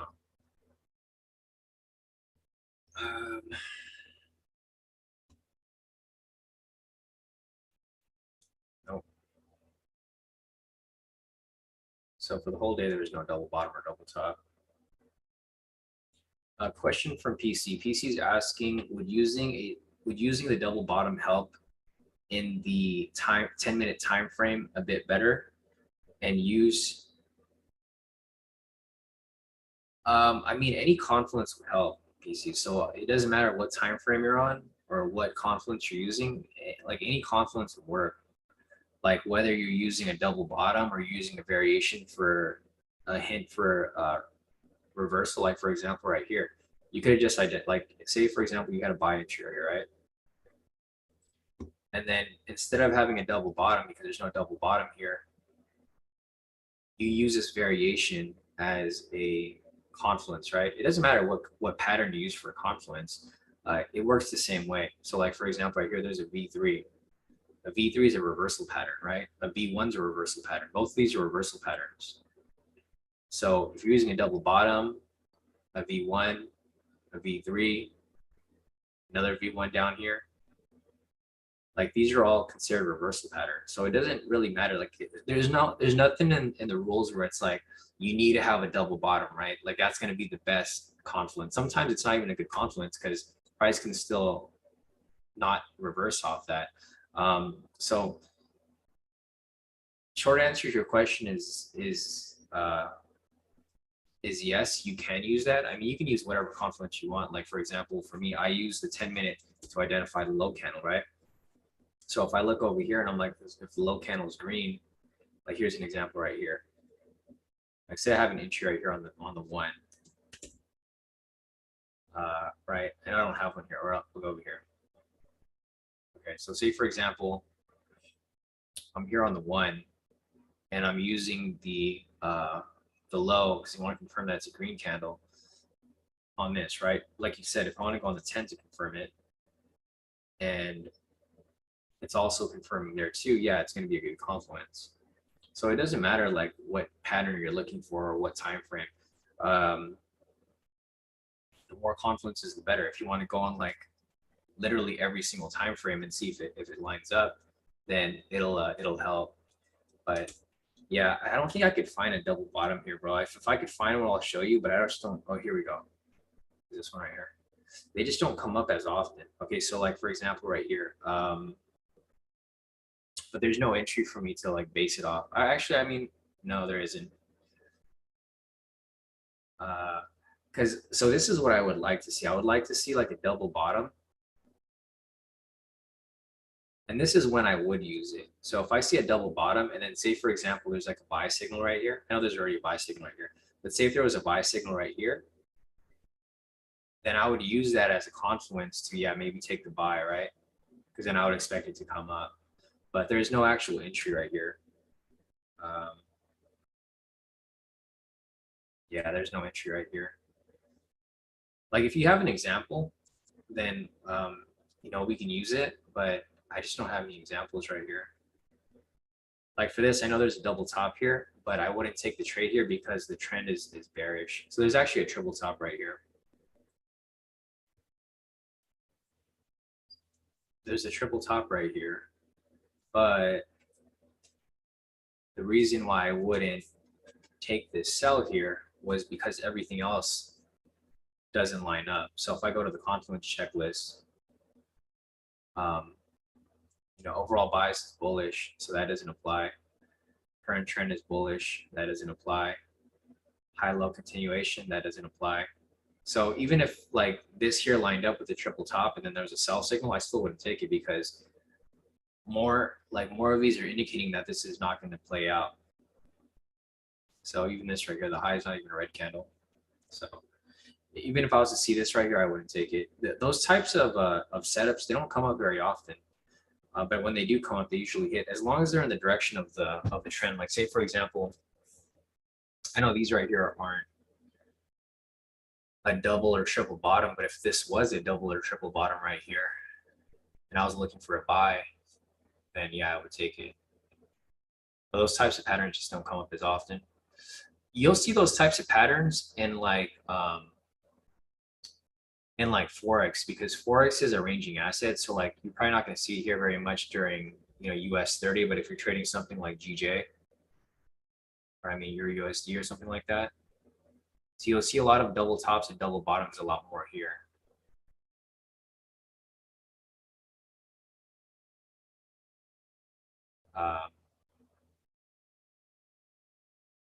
Like something like this right here, right? Because the thing with Forex is that this is a ranging asset. So you'll see it bounce back and forth a lot. You'll create a lot of high lows or double tops or double bottoms. For US 30, you don't really see it as often because it's a directional asset. It's like gold. So yeah, I mean, it just really depends on which asset you're trading, HP or PC. Sorry, I got you guys name mixed up. But yeah, it does work as a good confluence. If you see an example, just let me know, get the timestamp, and we'll pull it up. But I mean, if I was to look for one, it's probably gonna take me a really long time to find, a solid one here. So sorry, if I see one, I'll show you PC, but I just don't see any right now. All right, so here's the main bulk of the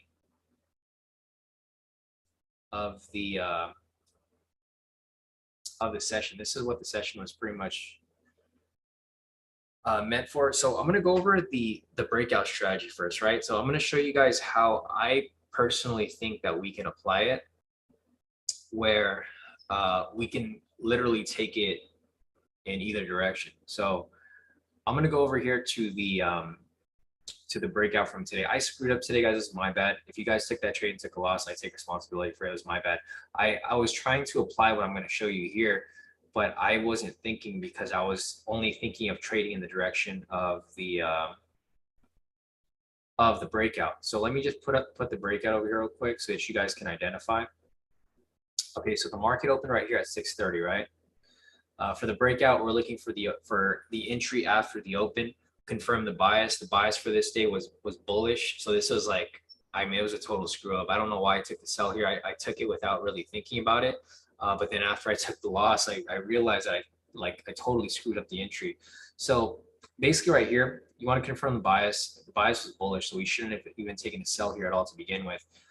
Confirm the direction momentum. We have a sell signal right here, so we're looking for a sell if this was to fit the requirements. And then you're looking for a strong candle in the direction of momentum. So like basically applying it this way, you're just going to ignore the second requirement because you're just looking for an actual entry. So you're going to look for the basis of your entry, which would be right here. This is technically the breakout if you were to ignore the bias, right?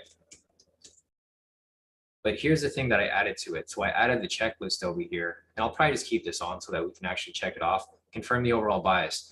The bias was bullish today. So for this sell right here, that's not going to apply, right?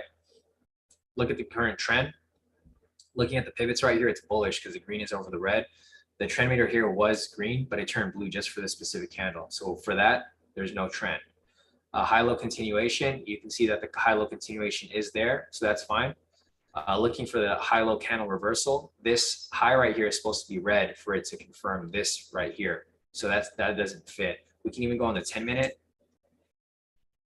Also right there, it doesn't fit either because you need the high with a red candle. Also, you want to confirm additional strategy confluence. Looking at this previous high, there's no variation there or anything, right? So with this said, even though this breakout is technically supposed to be for a sell, I would do the opposite and I would just take a buy instead. So if I was to take a buy, and this is what I was going to do today, but I screwed it up because I didn't put in the proper tool here for the long. So instead of me taking a sell here, I'm actually taking a buy, and you can see that it hits TP, right? So it's basically you're identifying the breakout, but then you're using the Confluence checklist here to determine whether you want to take the breakout or if you want to do the opposite. So yeah, sorry, Natasha. Natasha said, "Oh, I took it with you, Sean, but it's okay. I forgive you." I know I took that loss too. I'm actually in the hole this week. I'm in the red. I haven't been in the red in a long time, so it's kind of weird being in the red. I just need to make it back tomorrow with one of these trades or one of the intraday entries along the way. So this is from today. Let me go to yesterday, and I'll show you another example there. And this is super simple. It's really just checking off the list and confirming. So I think this would be pretty beneficial for us so that we can have at least one breakout each day, whether it be in the direction of the trend of the trade or if it's, you know, in the opposite. So, okay. So I can't remember what the what the trend was or what the bias was yesterday, but let me check real quick. So 630, which is right here. This is a 630 candle. This is a strong candle right here. And I think there's going to be some instances where we might want to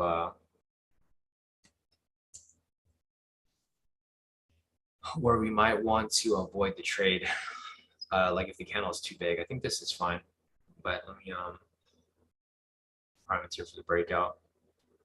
So for example, here we're looking for an entry. I'm not sure what the bias was yesterday. I can't remember, but we'll just use, let's confirm everything else. So basically we're skipping to looking for the momentum. Right here we have a bullish momentum.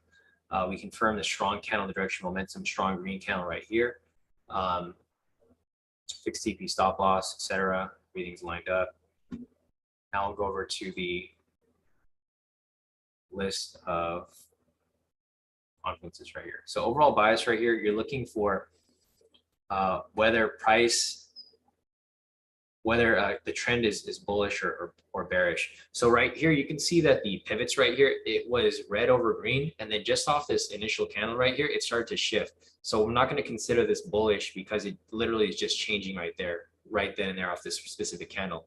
So for this, I'm going to say that the current trend is not bullish. I know the trend meter here is green, but it's just changing on this first candle right here. It's not like it was established as like continuation of a green bias, right? It's not like this right here where price was like continuously pushing up.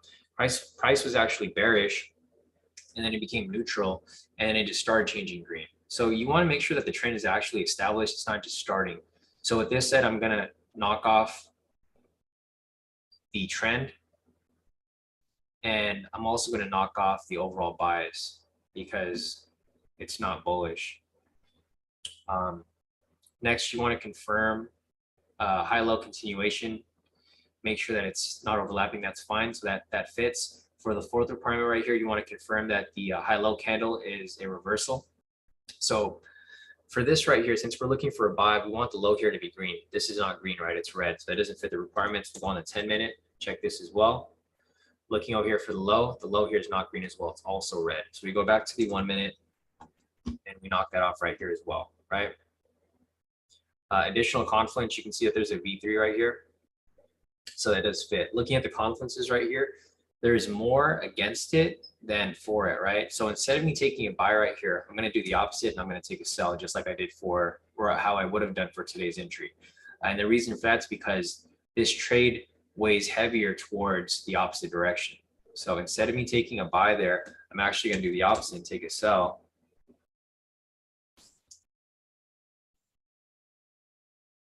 And you can see right there that it hits, does it TP? It does.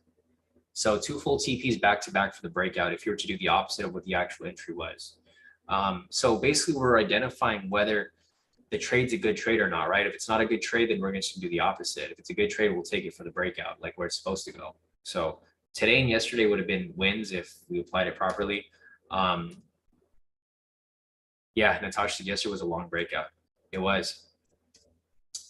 Let's go over to the, I'll just go over like, I'll do the previous week, like last week, so that you guys can see that as well, how it worked. So let's see. I think the 15th was a Friday, right? If I remember properly. So let's go over here to 6:30. I don't think there was a breakout for Friday. So looking at this right here, this is 6:30, looking for a strong green candle. I don't see anything there. So there's nothing here for Friday. We're going to skip Friday, go to Thursday, 14th.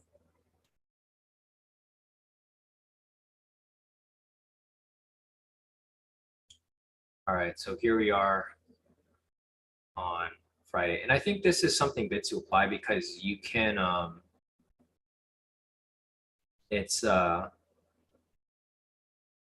like you can apply this once a day and you can apply one of the intraday strategies. That's like 2 wins. If you do it for a 2%, like a 2% profit risk, it's a 1-to-1. So like if you take 2 trades, that's like 4% gain for the day. And then you don't have to worry about taking these 1-minute trades for scalping. Because I know a lot of you guys have been having issues with it. It's like messing with a lot of people's mental, right? Which is normal. So if that's the case where you guys are starting to go kind of crazy with these 1-minute scalps, this might be easier for you. Just take a breakdown. That's pretty much it. You know, pull a Steven, right? If you guys remember Steven, I know you guys haven't seen Steven in the group. He's just taking a break right now. He's been talking to me though. He's ready to come back. Steven used to take a breakout every day and he had like a whole 3 months without losing 1 trade. So that's kind of what I'm trying to get across to you guys, right? If you just take a breakout every day, you don't have to win every single trade, but if you win, you know, there's 5 days in a week. So if you could win 3 out of the 5 days, you're going to be in profit at the end of the week, which is very likely. So again, right here, looking for the breakout. We have a sell momentum. So we're looking for a strong red candle in order to take this breakout here. This has a huge wick. It's not going to be the entry. This has a green candle. This is a red candle, no wick. So this looks like the entry right here at 6:33. So with that said, this is going to be the breakout. So the next thing you want to do is you want to confirm the confluences, right? Once you have this lined up right here, the next thing you're going to do is you're going to pull up the Confluence checklist. If you guys want to write this down, feel free. If anything, you guys can always rewatch this video later. So again, Confluence checklist. Looking over here, overall bias, we're going to assume it's bearish because we can't really tell right here with regard to retail sentiment, but I'm pretty sure it was bearish because, and the reason I know that is because we look back to how the market moved prior to this period, and it's been dropping for a long time, so I'm pretty sure the fundamentals were bearish. So overall bias is bearish. That's going to be cool. We're going to check that off. That applies. Looking at the current trend, you can see here on the pivots, the red pivot is over the green one, indicating a bearish trend. Trend meter is also red. That lines up. Looking over here for the high-low continuation, if it's overlapping. This here overlaps, so it's fine. We're going to knock that out. That doesn't apply. Looking at the high-low candle reversal on the multi-time frame. For this one right here, it doesn't apply on the 1, but let's go on the 10. 10 is going to be more accurate anyways. Looking on the 10, looking at the previous high, it is red, right? You can see right here.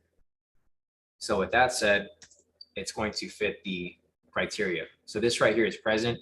And then looking for additional strategy confluence, you can see that this previous high right here is a V3. It's a high with a green candle, followed with a red candle. With that said, you have 4 of the 5 confluences. So with that said, are we going to take the trade or we're going to do the opposite? We're probably going to take the trade, right? We let it run, and there you go, full TP. So the 3 most recent breakouts, if you applied it properly with the confluence list, they all would have been full TP. So if you did that, you'd be up, 1,500 pips at that point. So 1,500 pips times a 10 lot. If I'm applying a 10 lot, I'd be up 15,000 per account. Times 5 accounts, 75K in like 3 trades. That's literally 3 breakouts. So you guys can see the this is really lucrative. If you guys can do this and you can at least have like 3 out of the 5 breakouts per week, you can hit like some pretty big profit with just one trade a day. So this is why I'm really focused on this right here. I know some of you guys have been asking me to like, dive in on other strategies and try to improve other ones, but I think this right here is going to be really key so that you can just take one trade a day basically off the breakout, and then that's it. If you want to take the intraday entries, you can do that as well. But I think this breakout thing is going to be super, super useful. So here's the 14th. Let's go back to the previous day. I just want to show you guys how accurate this is. I haven't actually tested it on these other days, so I can't tell you if this is going to work for the other days. But let's go to the 13th. So this is the 13th, the day before. Like at this point, I'm like purposely looking to see if we can find a loss because we already have 3 back-to-back wins. Because the thing is, you're not really going to learn anything until you find out where the losses are, right? The losses are really going to show you exactly where, when and where you should be, obviously avoiding certain trades. So I'm just go over here real quick.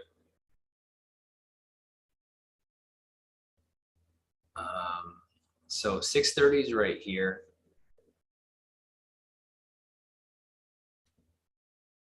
This is for the 13th. 630 is, all right, so this is the 630 candle. We're looking for a strong red candle because we have a sell momentum right here.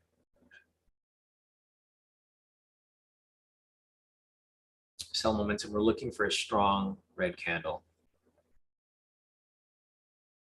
All right, so we have a green momentum right here. And the next, so now we're looking for a strong bullish candle. Here's a strong bullish candle right here. There is somewhat of a wick right there, but it's not horrible. So this would technically be the breakout.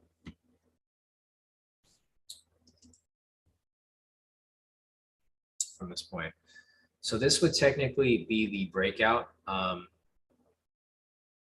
The one thing that I'd be really wary about if you guys see a breakout like this is when the candle is too big, right?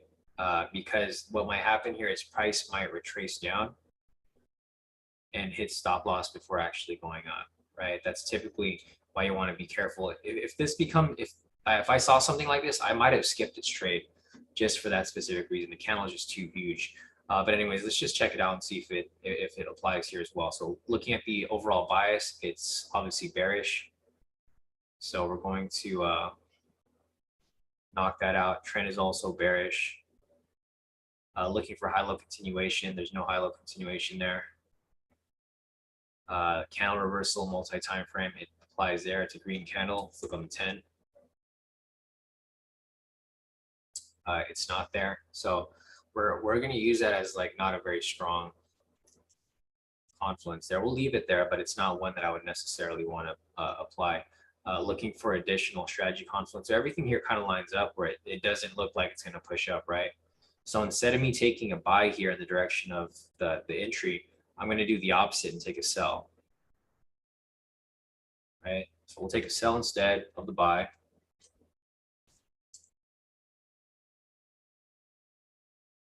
And price comes down and hits TP. So again, right there, it's 4 back-to-back wins, right? You just look at the confluence list. If you knock all these out and you're like, okay, there's probably no confluences in that direction, just do the opposite. And that's why I like this daily strat, or I guess the daily breakout or whatever you want to call it, because this strategy comes up every day, almost, right? Almost every day. And when you have this entry, price has to go one way or the other. It's either going to go in your direction or it's going to go against you. So now that we're able to identify when to take the trade or when to do the opposite, it opens up a lot of opportunity. So we have 4 back-to-back wins now for this strategy, the breakout. And that's crazy. I'm just thinking about the possibilities now because that's 2,000 pips right there. I'm taking a 10 lot. That's like 20,000 per account times 5. Like, I'm just like, man, if I could make this much in a week, that's pretty massive. I mean, even if you were to take one loss, it still would be pretty high. Like if you were to have just one breakout win, for the week, or you're just net positive one win, you're still going to make a ton of profit. You know, especially if you're using proper lot sizing.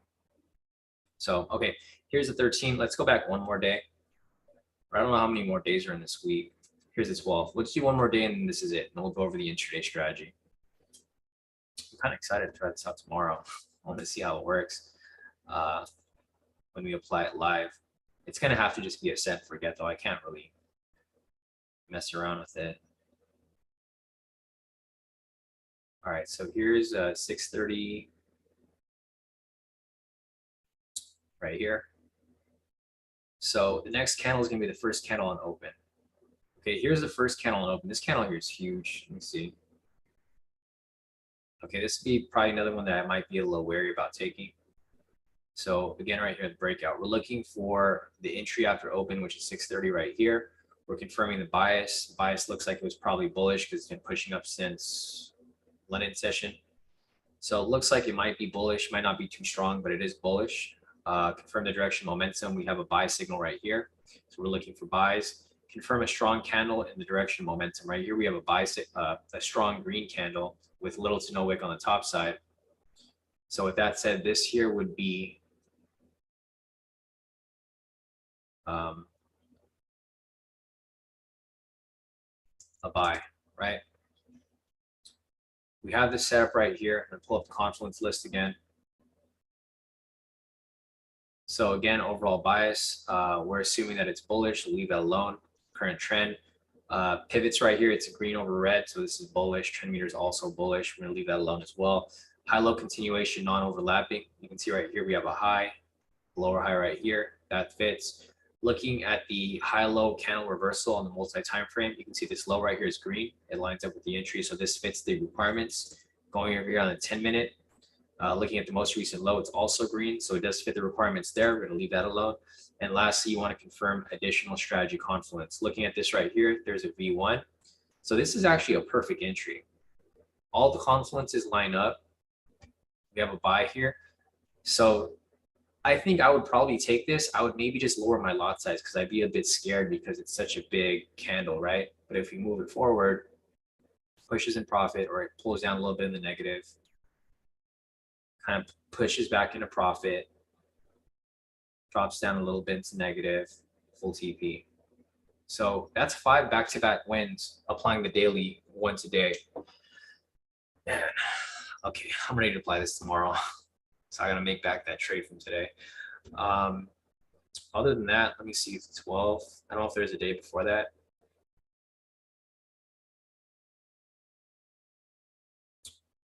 All right, the 11th. We'll do one more and then that's it.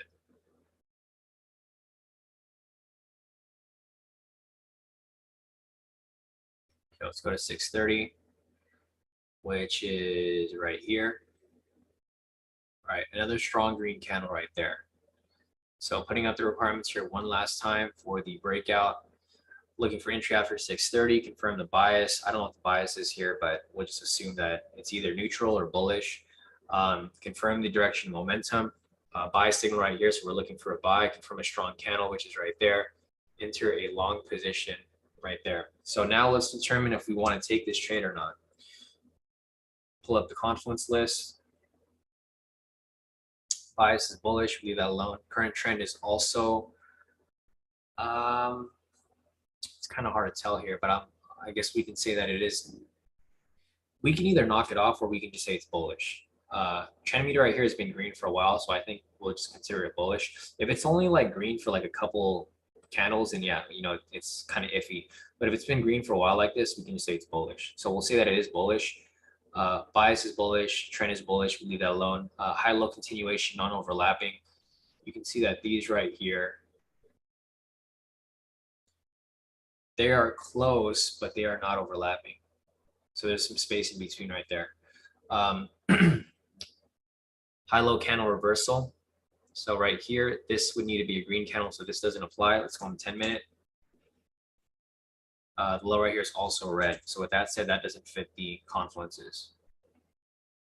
Additional strategy confluence. Let's look at this one right here. There's no additional strategy confluence. So looking at this right here, we have 3 confluences that line up, 2 that don't. So this is a little iffy. It's not going to be like a solid entry, but there's more in the direction of our trade versus against it. So with that said, if we were to take this, maybe I would take it for like maybe a half lot size or even smaller, just to let it run.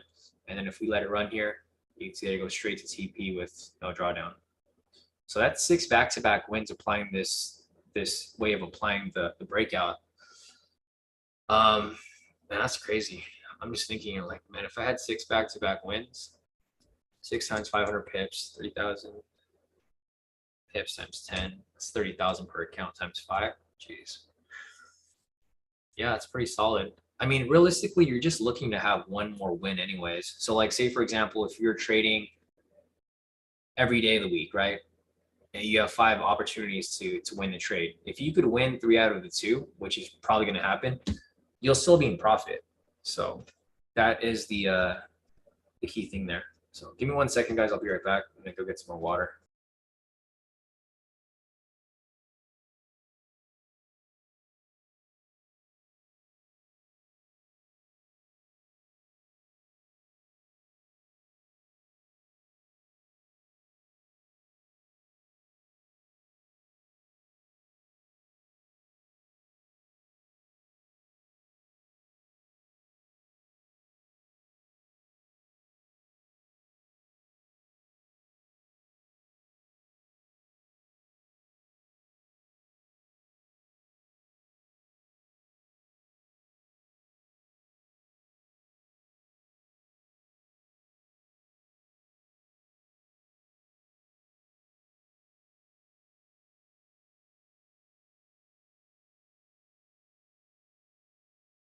All right, guys, I'm back. Let's see. Natasha's asking, does anybody know how to set TP stop loss and MT4? I usually don't set anything. Yeah, that's crazy, Natasha. So you just take blind trades, or I mean, not blind trades, but you just let them basically take that trade and hope that it hits, huh? So yeah, to set a TP stop loss, when you have a trade, you'll go under the trade tab. Like when you're under the trade tab, it'll show your active trade. You can right click on it and you just modify. You click modify it and then you can choose your TP stop loss. The way that I personally do it is I use the DOM tool. It's a depth of market.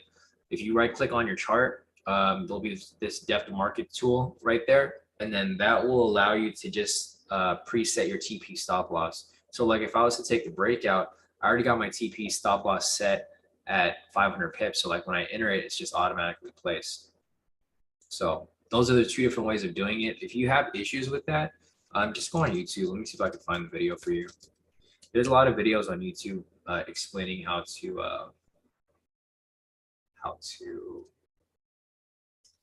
set order MetaTrader 4. So you can just search that up. Let me see. So if you go over here on YouTube, just search up how to set order MetaTrader 4, and then it'll tell you right here how to set orders in MT4, limit orders, stop loss, take profit, etc. And that's how you would set it up. It's not too difficult, but once you do it a couple times, it'll make sense. One thing that I'm kind of curious about is the daily entry. If I can use the same concept of the Confluence checklist on here as well. So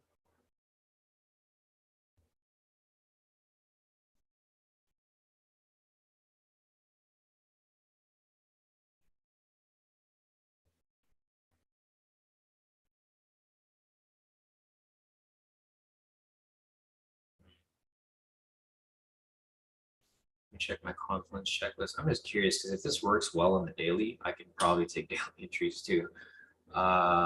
Confluence checklist, overall bias is, as you can say, it was bullish. This is bullish, trend continuation, overlapping. Yeah. High low, candle reversal, yes. Strategy confluence, no. Okay, so let's see if this actually plays out.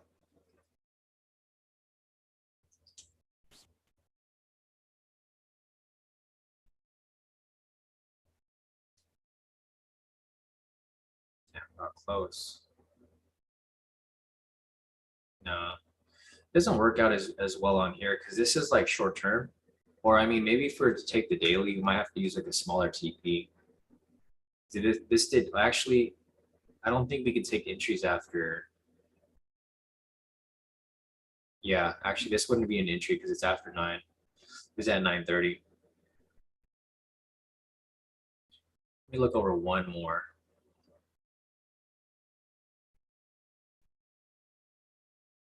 That's a problem with the daily too. Sometimes it doesn't come up within a lot of time.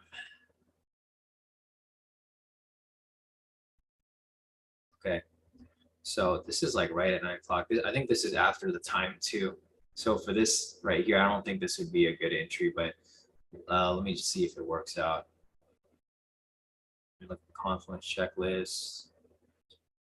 Overall bias trend. This is bullish, so we're gonna say no. Also no. High-low continuation. Also no. High-low candle reversal.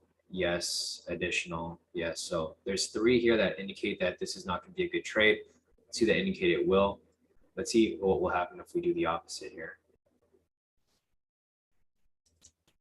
This is after the time limit though, so this wouldn't be a valid entry. It's at 9.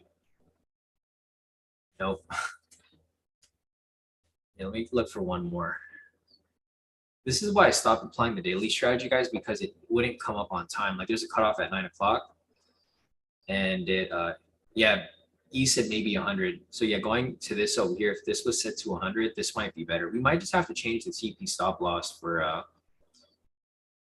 the daily because in the summer the market's moving too slow, so it's not enough for us to. Yeah, actually, the 100 would work. 1,000 pips. Yeah. All right, let's try one more.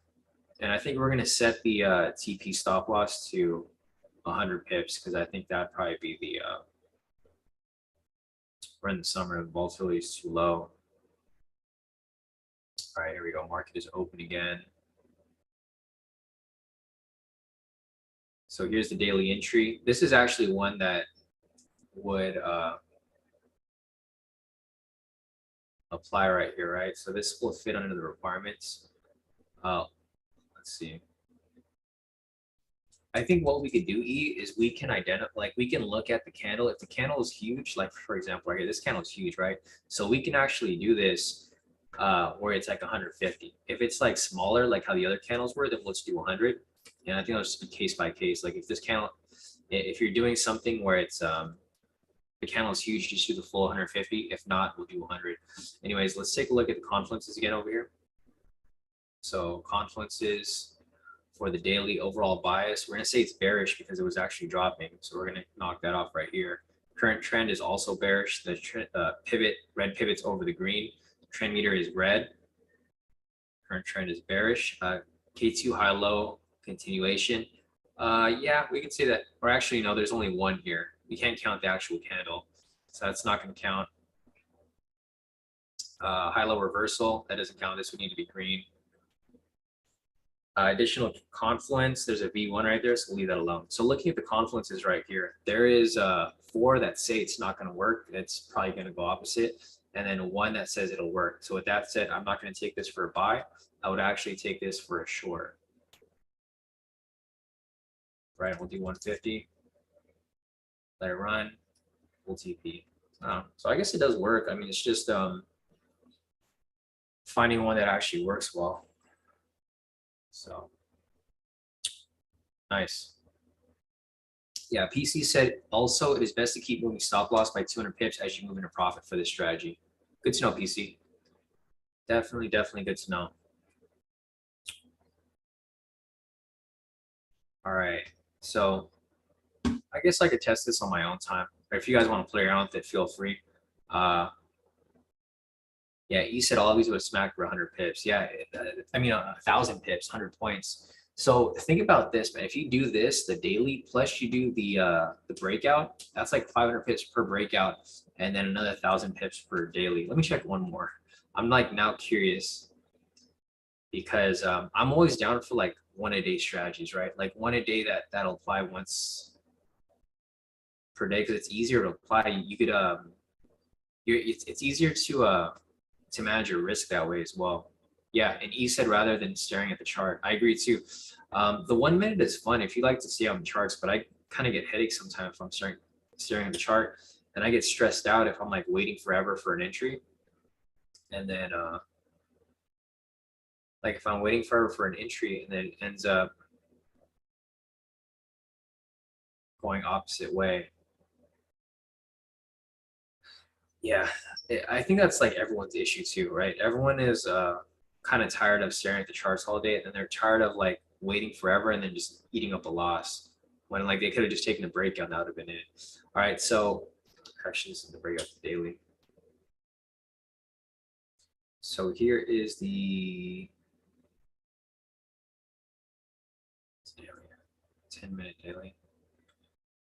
All right, so we got a buy here. It's the first signal after market open, which is at 6:30.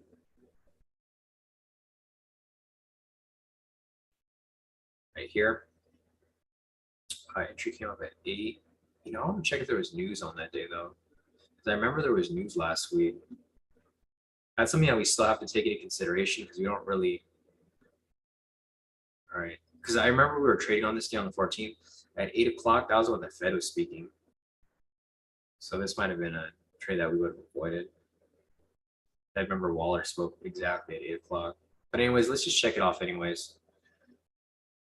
Looking at the Confluence checklist, overall bias looks like it was bearish. So that's not going to apply. Overall trend is also bearish. High low continuation, there's only one low there. This doesn't apply. But then it is a, it does have a V1 right there. So it has an additional strategy confluence. So this right here would be a buy, I guess. Or no, we would do the opposite because it doesn't line up.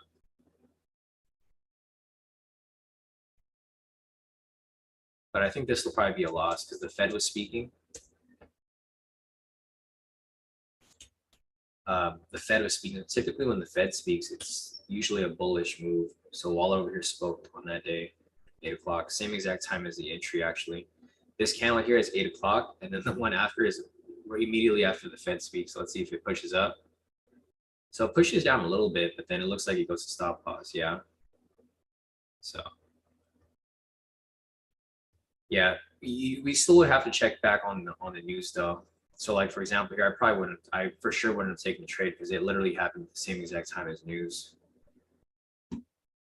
Yeah, this should be a sell right here, PC. But because the Fed was speaking, I would have, I would have just ignored it. He said one more. Okay, we'll do one last one, guys, and then we'll go over to the intraday strategy. So let's see. The 15th was Friday. I don't think we have a daily on Friday because it is we don't take the daily on that day since sometimes the trade will go on for too long. I mean, we'll run it anyways. If we see something here, we'll see if it runs. If not, then it's all good. All right, so there's one right here. It's actually really close. Actually, there would be no entry here, but I'll still test it. So like the entry right here is because cutoff for entry is at 9 o'clock. And this right here is 9 o'clock. Well, let's just run it anyways. So this wouldn't be a valid entry, but let's just check out the confluences. So confluence checklist right here. Overall bias looks like it's bullish because price was pushing up since London. So we're going to knock that out. Current trend's bullish, knock that out. High low continuation, knock that out. High low candle reversal. That's there. Additional strategy confluence, knock that out. All right, so with that said, we would technically do the opposite and buy. Let's see if it actually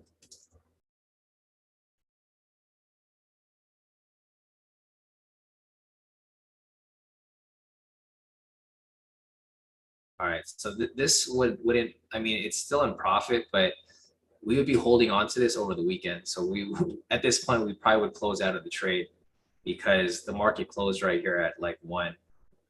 So this is when market closes. So we would technically not hold on to this until the weekend, but if you were to close it before market close, you'd still be in profit. Let's just see if it runs.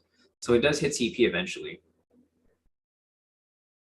But I wouldn't do, obviously we wouldn't do that because we're gonna hold on to it for the weekend. But it looks like it works, right? So it looks like it works. I mean, the strategy works fine. It's just it's really finding that cutoff time because it it tends to happen like, you know, the entry will not show up. Let's see, John said the 3-minute hits quite often. We should add that to our portfolio. Yeah, no, definitely.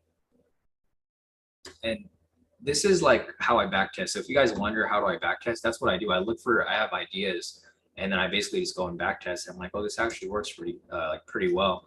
Let's check the 3-minute real quick. I just want to look at 1, and then we'll go over to the other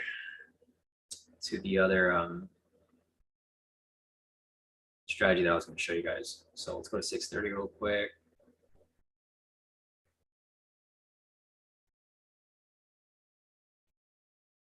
All right, so looking over here, market opened at 6:30. We don't take the 6:30 candle, so it wouldn't matter. There's nothing on there. So here is the daily for the 3-minute. It's the same exact strategy. It's just applied on the 3-minute. So confirm bias. Let's bullish here. Look for entry after 6:30. Take the first valid case momentum signal right here. Fixed TP stop loss of 500 pips.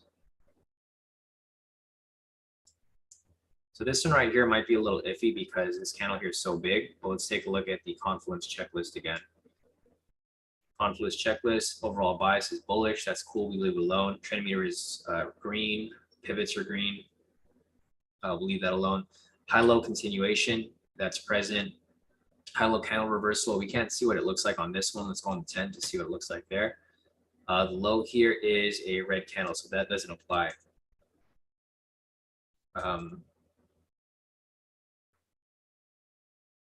Additional strategy confluence, there's like, it looks like a V1 right here. So everything applies. Looking at the confluences right here, we have the overall bias. Current trend is bullish. There's a continuation on overlapping of high lows. The high-low reversal, candle reversal isn't present, so that's not going to fit the confluence. The 5th one is additional strategy. We have a V1 right there. So with that said, we have everything lined up. We take this trade, let it run, and full TP. And so the daily might be good on like 3-minute, or maybe even the 5-minute. But man, I just want to I want to test, like, let me do one more. I'm just like kind of mind fucked right now that I never thought about this. Like I've been looking at these confluences, but I never made a list where actually, because now that we can technically take trades in both directions. All right, solid. So this is going to be the entry right here. Let's check a couple things here. Yeah, said got to get the spreadsheet rolling. Yeah, you know, I'll probably just keep these back tests going. All right, so it looks bullish right here. Let's take a look at the 6:30 right there. Confluence checklist. So this is kind of tricky. The overall bias right here, I mean, I can't tell what it is because, so what I typically do when I look at the overall bias, I look at like where price is kind of pushing from like London, which is right here. Yeah, I don't know if anyone knows like what the bias was on the 18th yesterday. Was it bullish or was it bearish? I think it was bearish. I can't remember. I know today was bullish, but I don't think yesterday was bullish. I don't know. Well, let's see if there's anything else here that applies. High-low continuation, non-overlapping. That doesn't fit. High-low candle reversal. So this right here, this high is red, so it does apply. It's good. Looking over here as well in the 10-minute, the high here is also red, so this does fit.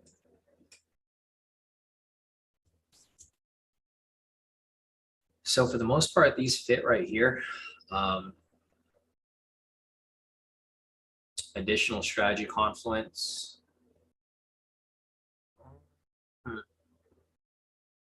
It's kind of hard to tell.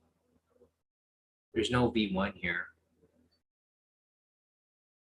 There's no V3. We'll just say that there isn't one. Okay, so this is going to be the or yeah, it could be engulfing, like you mentioned. It could be engulfing if you really wanted to find out, you know. But we'll play like devil's advocate, and we'll probably not go. We're not going to make it easy on this entry, right? Okay, perfect. Thanks, Cern. So Cern said yesterday was bearish. All right, perfect. So looking at this right here, we have the overall bias, which is bearish. This is a sell, so that's fine. The current trend looks like it is bearish. It was bearish here. It came bullish for like a few candles, and then it turned bearish again. So overall, I think we're going to say that it's bearish because it looks like it's shifting back to the downside. With that said, we have 3 over here that indicate that, okay, price will probably align with the confluences versus it not. So with that said, we would take the short for the daily. It's a 500 pip move, nothing too crazy. Let that run and full TP. So I'm pretty curious to see how this is going to work. I probably won't apply this during the live like myself on my account, but tomorrow we'll look at it, and then if it looks like a good trade, then I'll just mark it up and I'll show you guys. But I don't think I'm comfortable taking the 3-minute daily yet until I back tested it enough to like really know. Let's do one more. Sorry guys, I know I'm going super off track. We were supposed to go over the intraday strategy, but it's okay because when I show you that strategy, it's super simple. I'm just really like intrigued by seeing these entries here. Let's see. The only hard part about backtesting this is that I can't really pinpoint what the bias was, right? That's one of the confluences, so it's going to be hard for us to really determine the entries here. So there's another one right here, a buy. We'll just have to forward test this. I think we'll do this like over the next couple weeks, and if it keeps hitting, then I might just keep taking. So this candle right here is huge. I don't think I would probably just skip this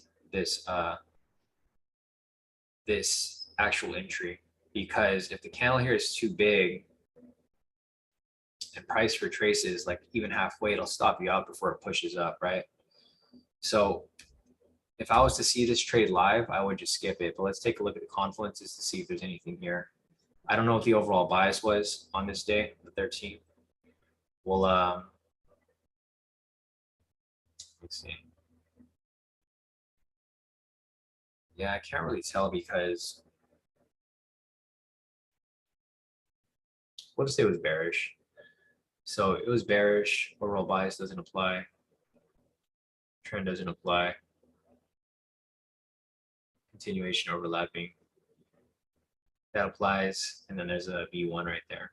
So this is kind of tricky. The reason why I can't really confirm this is because I don't know what the overall bias was. This could make the difference whether this trade was going to be a buy or a sell, right? Because if this was present, the overall bias, say sentiment was bullish or something, right?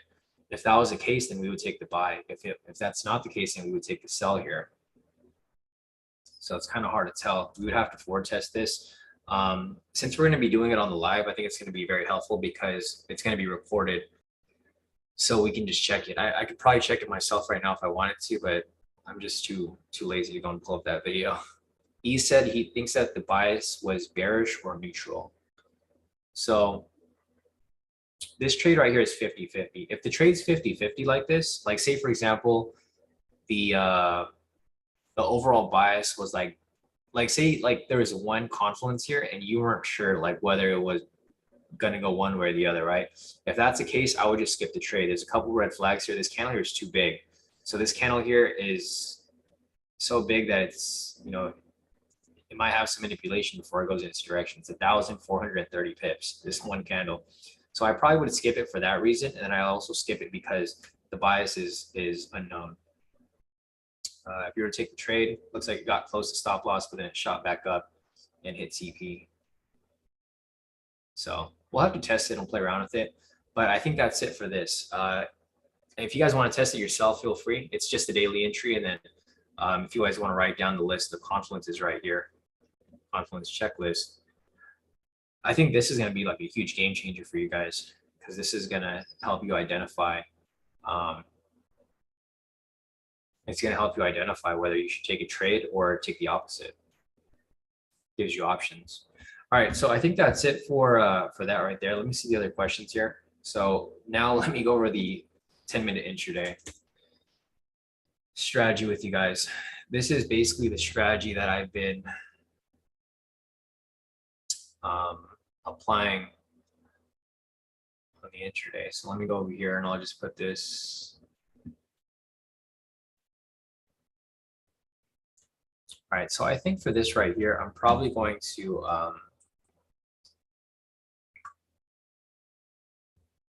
I don't know if this is really necessary, where we're identifying a variation in engulfing. We might just have to identify that they don't overlap.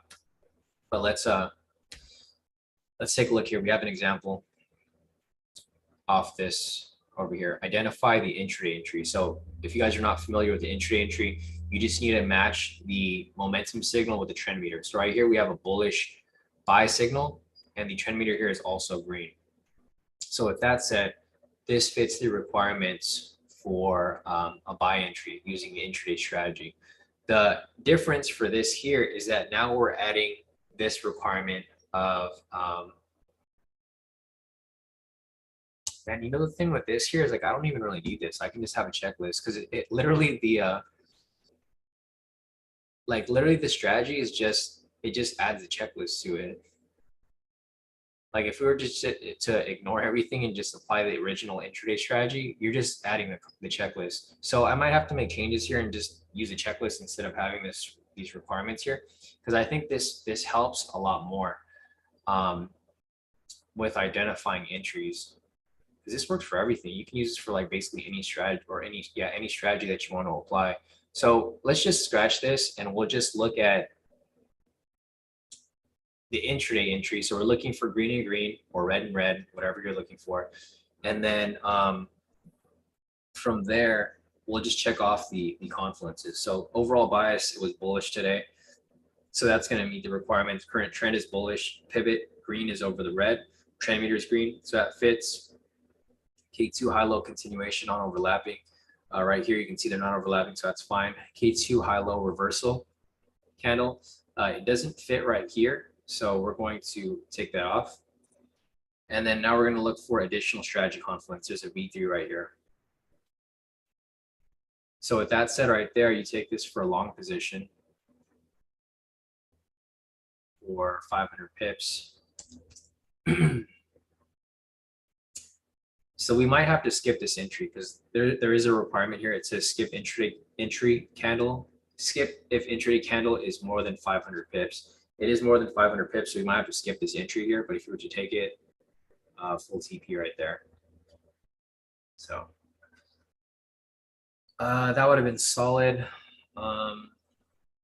Looking over here, there's a couple of sell entries here, but the bias was bullish. So let's just go over here real quick and see if there's anything else for us to apply.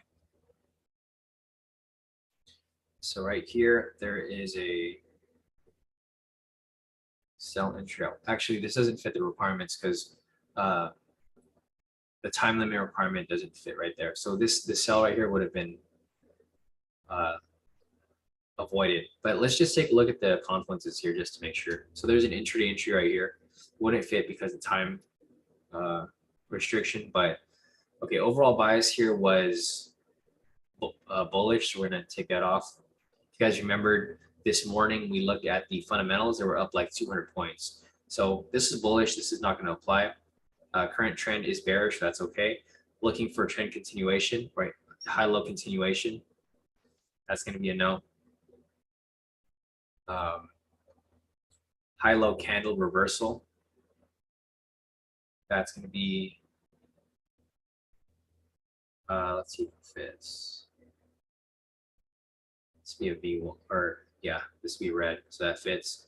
And then additional strategy confluence looks like a V1.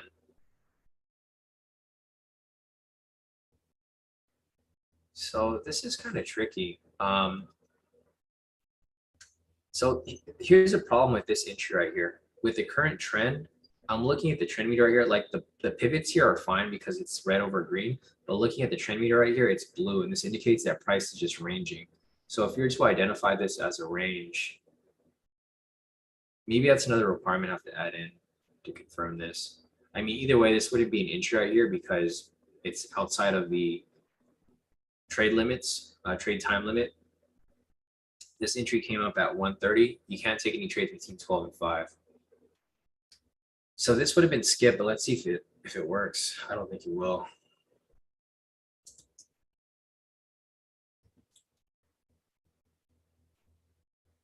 No, it doesn't. So I think, okay, so going back to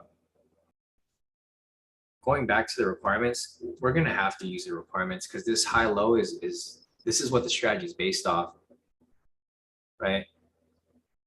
Confirming the previous high low that they cannot overlap. So like looking for this right here,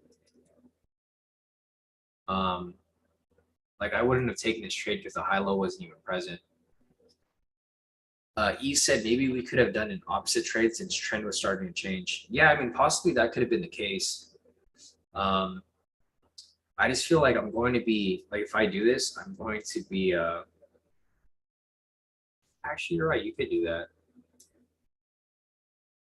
I don't know. I guess we'll have to play around with it. But if you guys are wondering how to apply the strategy, this is the actual strategy. So I guess you can use this in conjunction with the confluences, but you want to make sure that this is actually met first, because that's where I kind of screwed up. I was looking for an entry here, but the main thing for the strategy is looking for the making sure that the two high lows don't overlap. For this one right here, that wasn't present because there was only one high right here. This one was higher, but the thing is, the price was above right here. So it kind of would invalidate this high because this would actually be the high. Let me see if I can find another entry right here. This one is past, or actually, oh, this was the one that I called yesterday. I screwed up on this trade. So this is the one that I posted for you guys. Sorry guys, I screwed up like twice in a row. Once last night, and I take full responsibility for that too. This right here, I think I was like half asleep when I took this trade when I called it for you guys, because I don't know why I thought this was a non-overlapping, but it's like literally a double top, right? It's a double top. So like for the requirements here, I don't know like what I was thinking, but I did call this one over here, right? I didn't call, but I gave you guys the setup. There's a requirements, man.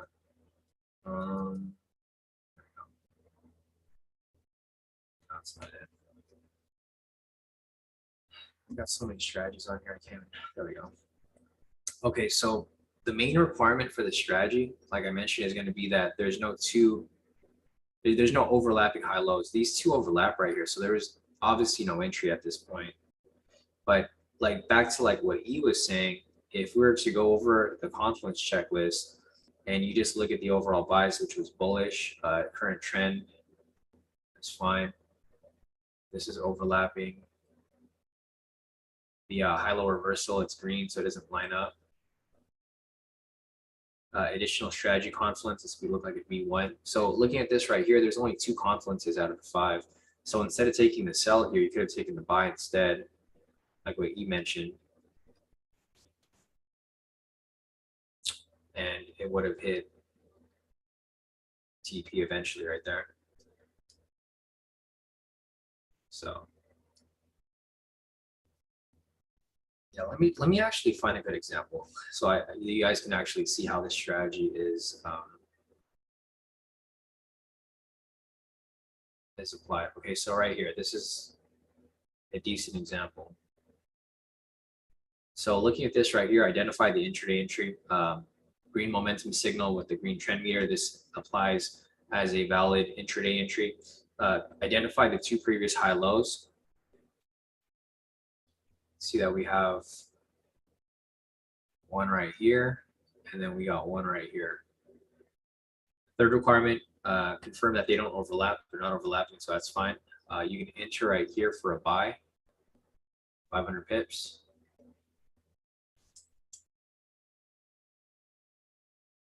This trade came up. Actually, this trade would have been skipped too because it was at 320. But we'll follow it. Let's check out the Confluence list. Overall bias is bullish. Looks like it's bullish there. Current trend is bullish. That's fine. High-low continuation, not overlapping. That's there. High-low candle reversal multi time frame right here. The low is a green candle, so this fits that requirement. And an additional strategy confluence right here. Looks like it would be one possibly, or if not, we'll just take that off. Either way, there's 4 confluences here, so I would have taken this trade for a buy, let that run, and full TP right there. So there goes one right there. Go over here for another example. And then same thing again, let's just check everything off. So we got a valid intraday entry right here. It's a green buy signal with a green trend meter. Overall bias looks bullish, that's fine. Current trend bullish, that's fine. High-low continuation, they're not overlapping. There. Confirm additional strategy confluence. There is a B1 right here. So with that said, you take this for a long position. And if you guys have any questions regarding the strategy, go ahead and pop in the chat. Otherwise, I mean, it's pretty self-explanatory. You're just looking for an intraday entry, and then you're looking for a confluence here for the continuation of high lows, not overlapping. And then, I mean, that's pretty much it for the most part. But anyways, with that said, we have pretty much all the confluences here lined up. So this would be a perfect entry for us to take. I think this is the one that I took actually. So this is the one I took on that day. The other one I sent to you guys. Yeah, it is. So this is the same exact entry that I took right there. And that's where I made my, 5,000 profit. So for this one right here, that's the same entry I showed you guys on Sunday. Let it run. And full TP. So it's a pretty simple strategy. It's not that difficult. He said, I wonder if the reverse ones work really well. I've done a lot of reverse trading and it seems to play out pretty good. Yeah, I mean, it probably could. I think this Confluence checklist makes like all the difference because it helps you identify like how strong the trade is. If the trade isn't very strong, then you just do the opposite. So instead of you losing a trade, you just make a win off the same trade that you would have lost off, right? But yeah, so let me see if there's anything else here.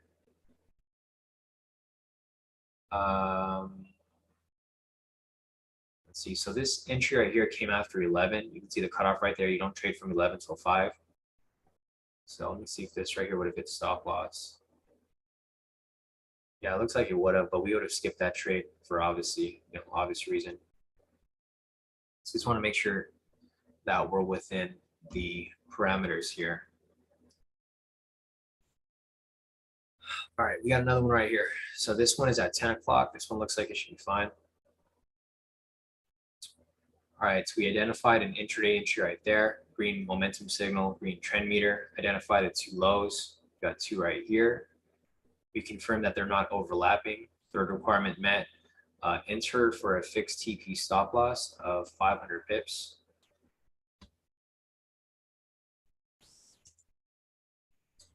All right, so once we have that set up, let's take a look at the confluences. Overall bias is bullish, so that's fine. Current trend, bullish, that's fine. High-low continuation, not overlapping, that's fine. High-low candle reversal, right here you can see this is a green candle. This is gonna indicate that price is going to reverse and push up higher. Lastly, additional strategy confluence, we have a V1 right there too. So everything, this looks like a perfect entry. All confluences are met, all requirements here are met. We let this run and full TP right there. So pretty cool, pretty solid. Let me see if there's another one right here. All right, so this one came up at 350, so it wouldn't be an actual entry that we would have taken.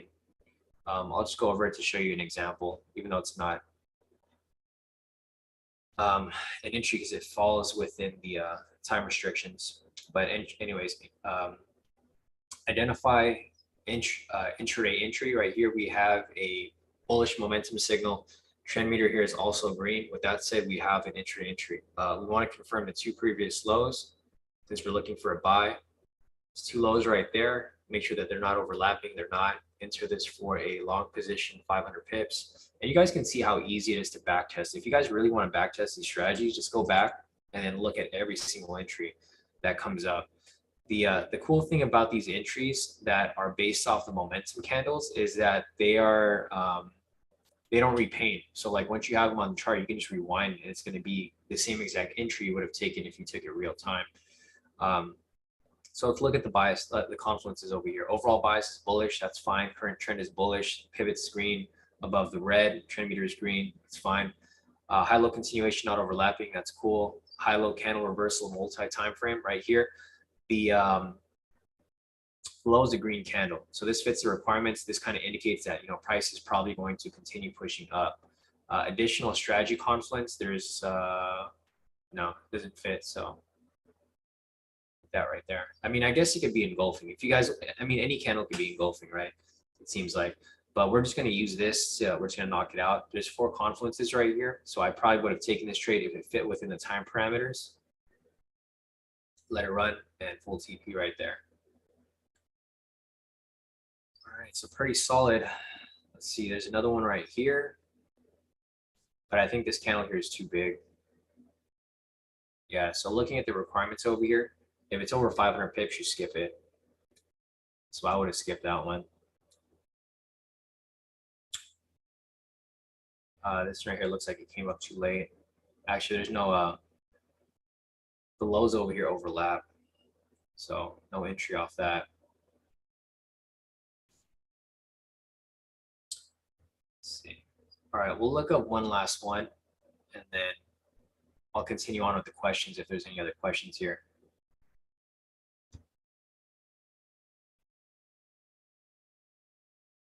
So right here, another entry. We want to identify a valid intraday entry. We have a, oh, actually, never mind. The trend meter is not green anymore. How big is this candle? Too big.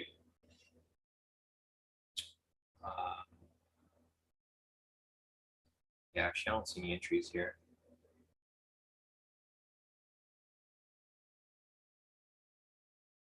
Sell signal right here, no entry. All right, so I think that's it for this, guys. If there's anything else that you guys want me to cover regarding the 10-minute intraday strategy, if there's still some confusion, just let me know. I can cover it and explain it to you guys better. But I think for the most part, it's pretty self-explanatory. I mean, you're really just looking for an intraday entry, and then you're identifying the 2 previous highs or 2 previous lows, depending if you're buying or selling, and then pulling up the confluence list, right? That's really what it is. I mean, if the confluences line up, take the trade. If not, do the opposite. And yeah, I mean, for the most part, it's pretty easy. So let me see. The next question over here is from Jonathan. So Jonathan's asking about applying it on the 1 minute.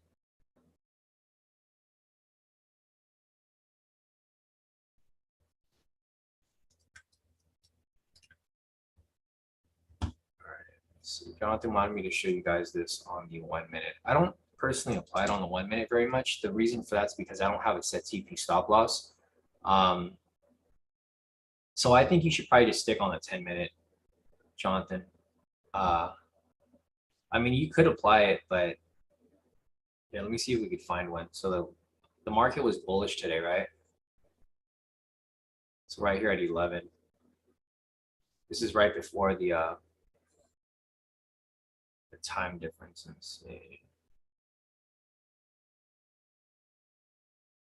So I'm just going to use the same requirements here. It's just done on the 1 minute. The problem with this here is that I don't have a fixed TP stop loss. So I don't know exactly what you should set your TP stop loss to on the 1 minute, but it's basically the same exact strategy. You have a momentum entry or a intraday entry right here. You have a low right here. Low right here. You can see they're not overlapping.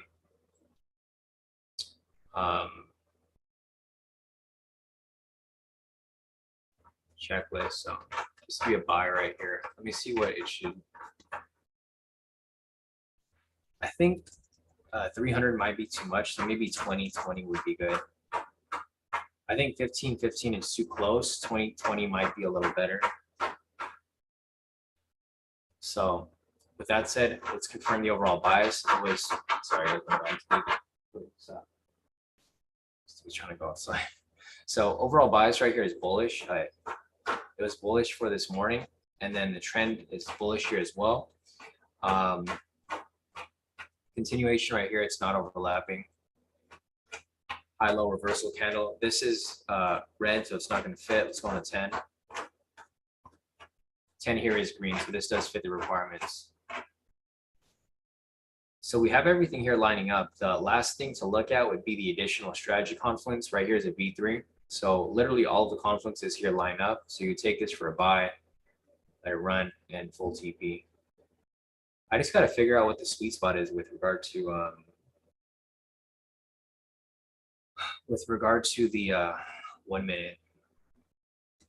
I personally would like to use 300, but I think 300 doesn't always get hit. And the problem with the 1 minute is that there's a lot of opportunity for mistakes. So maybe we'll just keep it to like 200, which is fine too.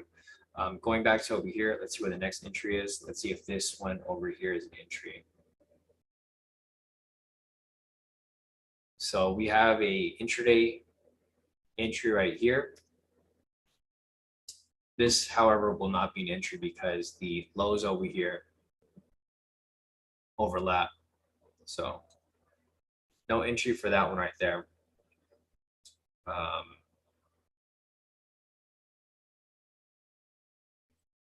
See this one over here. All right, so we have an intraday entry right here. Let's take a look at the previous highs. The high right there, high right there. So they don't overlap, that's fine. This would be a short position for about 200 pips. Now let's take a look at the confluences. So for the first confluence right here, overall bias for today was bullish, so this is not going to fit. Current trend right here. So this is kind of tricky. With this right here, this is going to be neutral. So like the reason why I'm saying it's neutral is because the pivots here are bullish, right? You can see the pivots here have been bullish for a while now. It's bullish all morning. You can see the green pivot is above the red one. So this is bullish, but the trend meter here is bearish. So with that said, we're just going to have to ignore this. This isn't going to apply because there's no overall trend. One trend is telling us it's bullish. One trend is telling us it's bearish. So we're going to have to ignore that. Going over to the high-low continuation, that's present right there, so that's fine. Looking at the high-low candle reversal, this right here is red. We'll go in the 10 minutes, confirm on the higher time frame.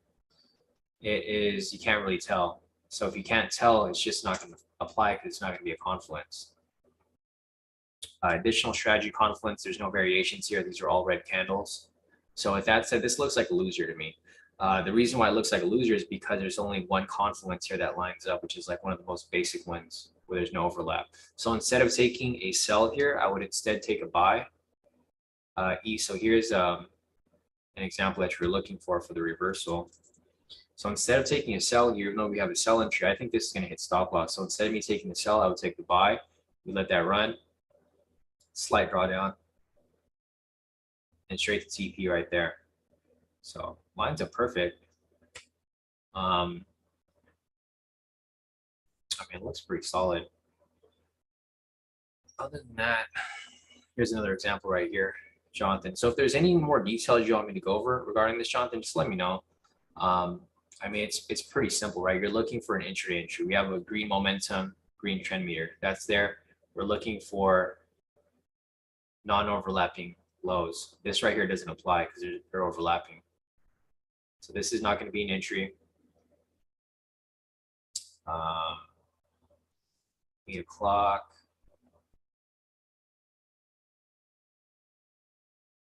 I think I got to figure out something too if the candle is too small. Like for example, when I see candles like this that are too small, you get like weird movement. But let's just take a look at this again right here. So looking at this, we have a entry. It's an intraday entry. 1 second, 10 minute. Oh, we got about 8 minutes. Oh no, it's too early. So we would have an example right here for this, but we can't trade till 5.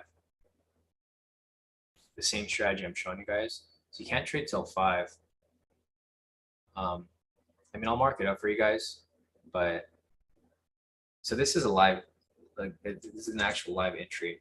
If this closes with the buy signal, this would technically be an entry. Let's take a look at the lows here. So make sure they're not overlapping like I screwed up yesterday with. Okay, so they're not overlapping. This looks fine. Let's take a look at the Confluence over here. This is a live trade. This is the actual market right now. It's open. Confluence Checklist. Let's check what the overall bias is right now. 58% short. All right, so that fits. That fits. Current trend is bullish. That fits. High-low continuation. That fits. High-low reversal and multi-time frame. That fits. Additional strategy confluence. V1. So this looks like a good entry. If this closes with a buy signal, this could possibly be an entry. I'm going to use a half lot size during the Asia. I'm going to use a 5 lot.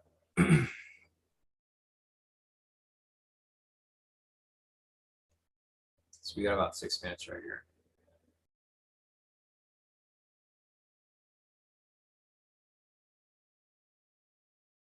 Session. Ah, damn, it's right at the sessions too. Yeah, this is gonna be an iffy entry right here.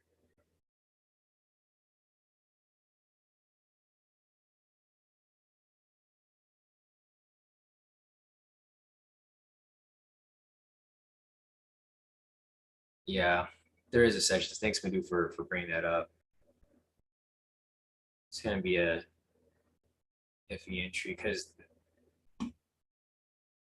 So I'm probably not going to take this trade. I'll just mark it up because there is a sessions right there. Madhu is 100% on point. There is a. It's at the New York high. Yeah, it does look strong. That's why I'm tempted to take it, but I don't want to burn myself too many times recently. So we'll follow it. I don't think I'm going to take it though. The only another red flag about this entry right here is that this trade's coming at 5 o'clock. We have to wait. Well, I mean, we typically want it to be after 5. So what I would be looking for here is if this candle doesn't close, I'll be looking for the next one, right? I kind of don't want this one to close with the signal, and then I want the next one to close because then that'll be after 5. So this will actually fit all the requirements. Looking at everything else over here, the overall bias is fine. It's bullish. Current trend is fine. Bullish. I mean, everything about this trade looks really good. All the confluences line up. So even though those are sessions right there, I might just take a trade even so. I'll just take a smaller lot size so I don't have to worry about it too much. If I take a loss, whatever. But I'm hoping that it lines up. The main reason is because all of these line up right here. Like whenever all the confluences line up like that, it be pretty solid.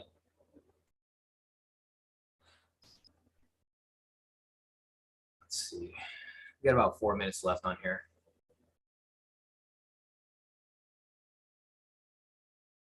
Are you in it already, Kevin? Kevin said he took the trade. I think it's going to push up. The confluences here are just, everything is lining up. There's actually a late entry right here. Or, I mean, this entry wouldn't line up because it's outside the time frame. But this right here too would have been.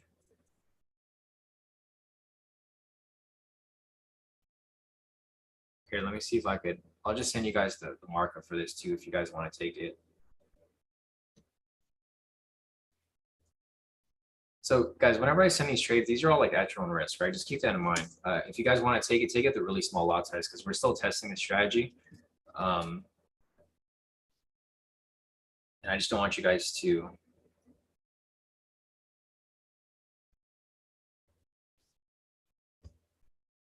Yeah, I'm going to take it too.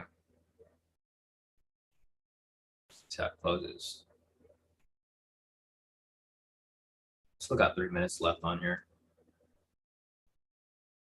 Let's see. Question from HP. HP is asking, why are the sessions different on different time frames? Because each time frame has different candles. HP. So the midnight candle on the 10-minute might have a different high compared to the midnight candle on the 1 minute, right? Vice versa, 3 minute. Like each time frame, these candles close at different prices, right? So the 10-minute might close somewhere higher, the 1 minute might close somewhere lower. That's why it's different. The session high lows are based off wherever the candle pushes for that specific time frame. So that's why they close differently. I know it's a normal question that we get all the time, but yeah, that's like quick explanation why they're different because each candle is different. It's like if you're looking for a high on the 10-minute, you'll see that the high is different than it is on the 1. Like with these high lows, right? Like this might be the high right here, but if you look at the 1 minute, the high is going to be different because the candles are each 10-minute candle is technically 10 1-minute candle versus each 1-minute candle is each minute on its own. So that's why it's different. I'm just waiting for this to close, and then I'll enter with you guys. And see where it goes from there.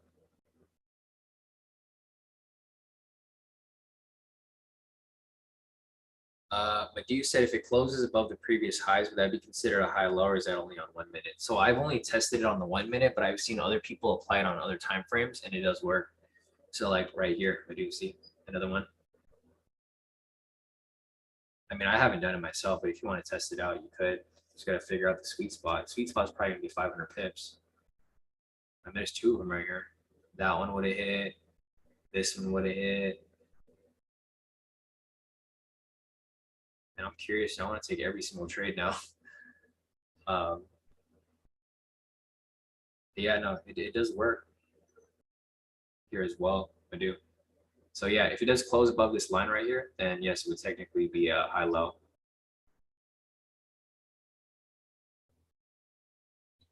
Yeah, so this candle is not going to close, which is perfectly fine. I'm okay with the next candle closing as well, if that becomes the case.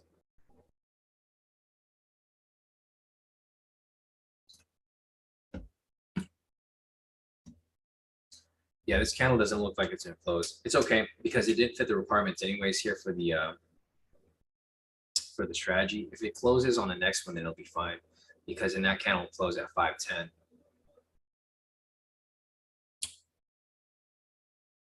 All right, let me scroll up real quick. E's asking, would that red signal technically be a reverse trade? Not exactly, because in order for this red trade over here to be a reverse trade, this trend meter here would have to be red. Because for the intraday, you need the valid signal plus trend meter to match, and that's how you would determine entry. There's another strategy for this though. I don't know if you've seen it, but it's called the momentum pullback strategy. So like this would actually be an entry for a momentum pullback. If you guys are not familiar with that, basically when you have a signal that's opposite of the trend meter or of the trend, you just have a buy stop here so that when it does come and hit it, it just automatically triggers and goes into profit.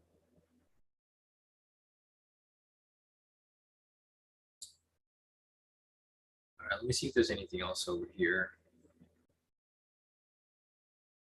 All right, let's get back to the question. So let me go back to this over here. I think we were looking at this.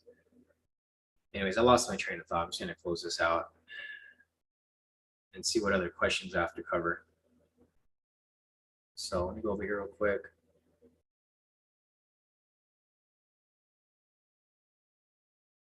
All right, so HP wants to see some V1 examples. Sure, we'll do that real quick. And then I think that's going to be it for today. So if you guys have any other questions, put them in the chat now. Otherwise, I'm going to wrap up this question for HP. He wants me to look over the V1 examples, and then we're going to wrap it up. I didn't realize I was on this mentoring session for like 3 hours, so I think it's time for me to take a break after this. But yeah, if you guys have any other questions, feel free to put them in the chat. Man, it's crazy. Time just flew by. I didn't realize we were on this mentoring session for so long. But I'm glad that we found out a lot of the stuff that we did with this back testing and whatnot, because I'm pretty excited to apply this for the breakout tomorrow. So let me just go over this real quick. I'll go over a couple V1s and then we'll call it a day. So let me see if I can find one over here.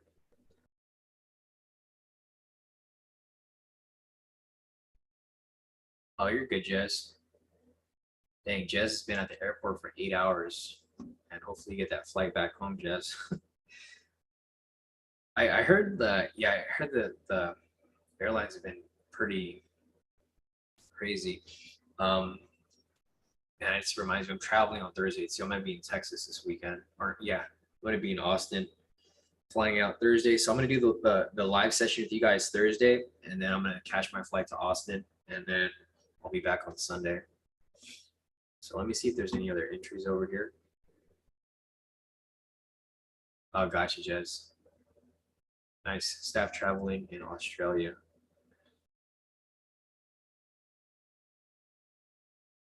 Yeah, I can't believe you're stuck at the airport for 8 hours. It's crazy. Oh, nice, my dude. Yeah, I've never been to Austin. It's my first time. Oh, cool. Thanks, Jess. Yeah, no, definitely. Jess said his dad lives in Houston. I've actually never been to Texas. I've heard a lot of good things about it, so I'm finally going to check out what all the hype's about. But yeah, I heard it's pretty fun. All right, so here's an example right here, HP of a V1. And these are pretty simple. I mean, I think if you were to apply all of the like the Confluence checklist, I think the variation would actually be a pretty solid strategy to apply. I mean, it's solid already as is. It's risky because these lows, they repaint. So looking at this over here, we confirm the overall bias, which is bullish, confirm the high low. There's a low right here. Confirm the candle following high lows at double wick or double body. So it can be either this one or this one. You can see from this point it's a double body rejection. And the reason for that's because the bodies line up right here on the bottom. So double body rejection right there. Confirm pending momentum right here. We have a sell momentum. So the next momentum candle has to be bullish. So with that said, you can enter this for a long position for 100 pips. Let's take a look at the checklist again. Man, I'm like going to use this for everything. This checklist is pretty solid. So overall bias is bullish. That's cool. We'll take that. Current trend is bullish. That's cool. High-low continuation, non-overlapping. That doesn't apply. High-low candle reversal. Yeah, actually it fits right here. So the next low is green. So that fits. Additional strategy confluence, nothing there. So with that said, we have 3 confluences. This is likely to hit, let it run, and full TP right there. So solid. That's an example of a V1. Let me see if I can find another one here. These come up pretty often, so they're not like too difficult to identify. So looking at this right here, this was a V1 for a buy. We had a bullish buy, so I'm just looking for buys here.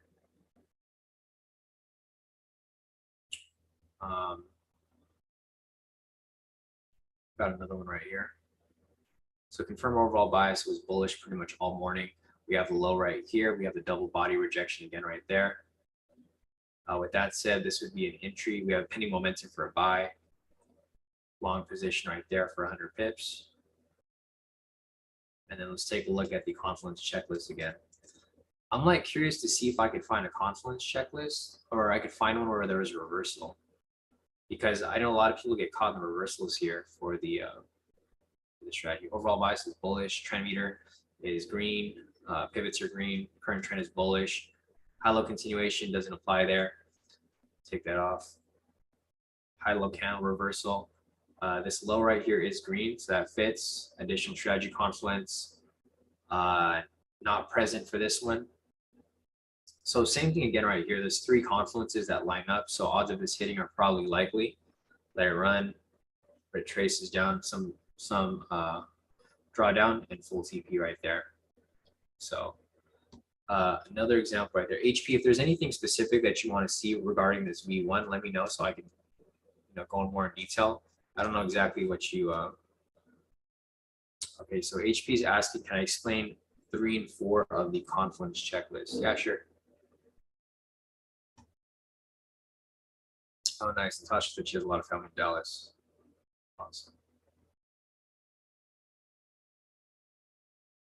Yeah, I thought about moving to. Oh yeah, John said Austin has a nice riverwalk area. I think that's where I plan on going. Yeah, sounds good, Jess. If you're ever in LA, let me know.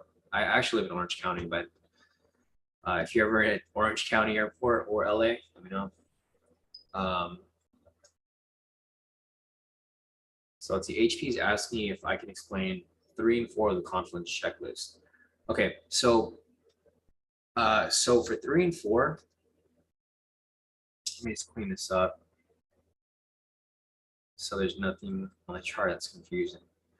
Okay, so for example, right here, high-low continuation is when it's non-overlapping. So like say, for example, we have a sell entry right here, right? If we're looking for a sell entry, we're looking for the highs because we're looking for the previous high lows. So like, let me see if I have momentum here. Okay, this will help.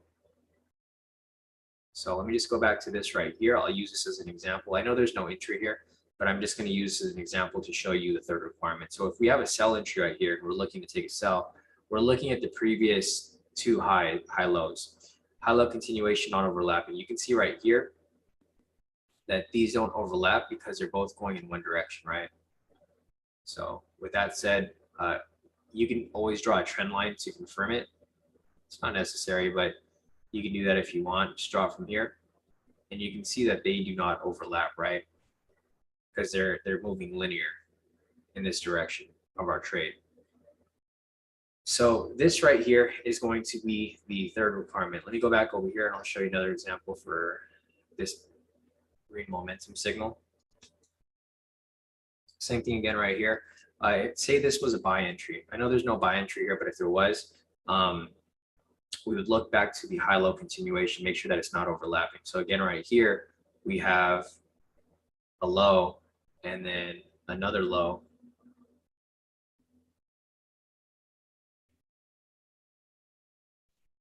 And it's not overlapping. So now let me show you an example of when it's actually overlapping.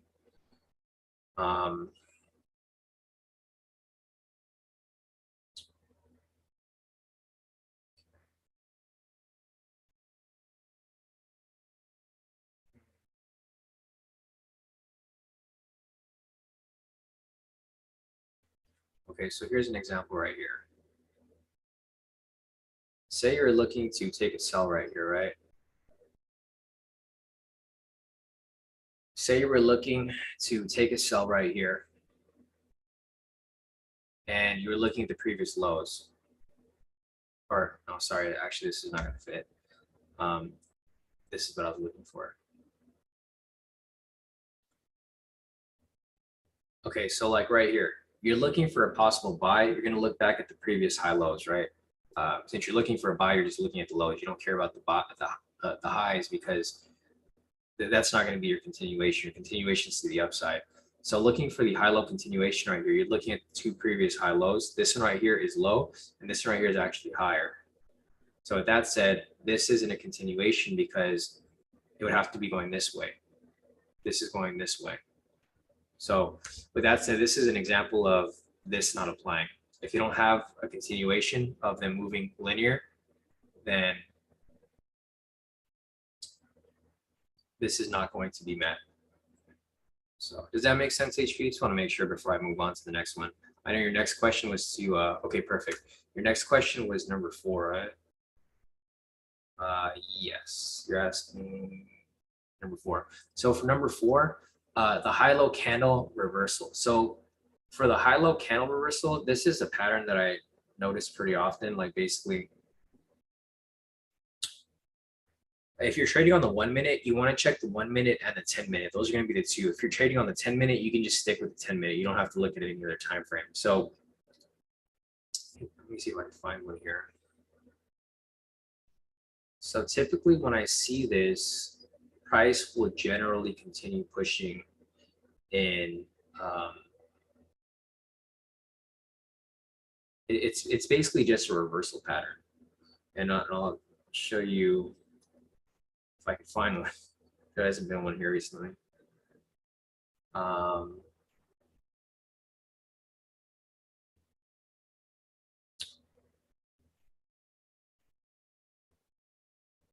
Okay, so here's one right here, perfect. So basically, if you're looking for a buy, you want to look at the low and make sure that it's matching. So if you're looking for a green a buy here, you want to make sure that the low is a green candle. So for that requirement right here, high-low candle reversal. I just call it candle reversal because it's just a reversal pattern. Like basically, you can see right here that this candle is green. What this indicates, like if you're looking at the candles here, this just means that price pushed down to this point. It established a low and then it pushed up, right? So with that said, this just indicates that, okay, if this is the, like if you see something like this is usually going to indicate that you reached the low, right? Vice versa, if you're looking at the high here and it's red, this is indicating that you reached the top. So this is the top, price pushes up. You can see right here, this candle is not red, so it continues to push up higher. This candle here is red and it's also the high, so it establishes a top here and then it comes down. Same with this right here. Price comes over here, pushes to this low, and then it pushes it right back up. It's just a reversal pattern. So if you're looking for lows, if you see a green candle, then that's going to be a reversal pattern. It's going to be what you're looking for. Vice versa, if you're looking for sells, this is going to indicate that price is probably hit a top and it's going to come down. So if you have a buy signal right here, and then you have a reversal candle at that point, or a pattern, this is going to indicate that price is probably going to keep pushing up higher, which it does, right? Vice versa, if you're looking for a sell here, you have the same pattern. You have a high with the red candles followed by a red momentum. Odds are this is going to continue pushing down lower. It's a reversal pattern, which you use this in conjunction with the momentum. So you have momentum here indicating that price is going to drop, but then you also have the high here indicating that, okay, this is going to be the ceiling. It happens again right here. You see the low of the green candle followed by a green momentum. Pushes up. And vice versa.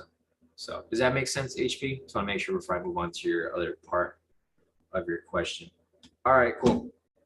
So other part of your question here, HP, is as far as the V1 goes, can you explain what we're looking at if we don't have 60% retail sentiment?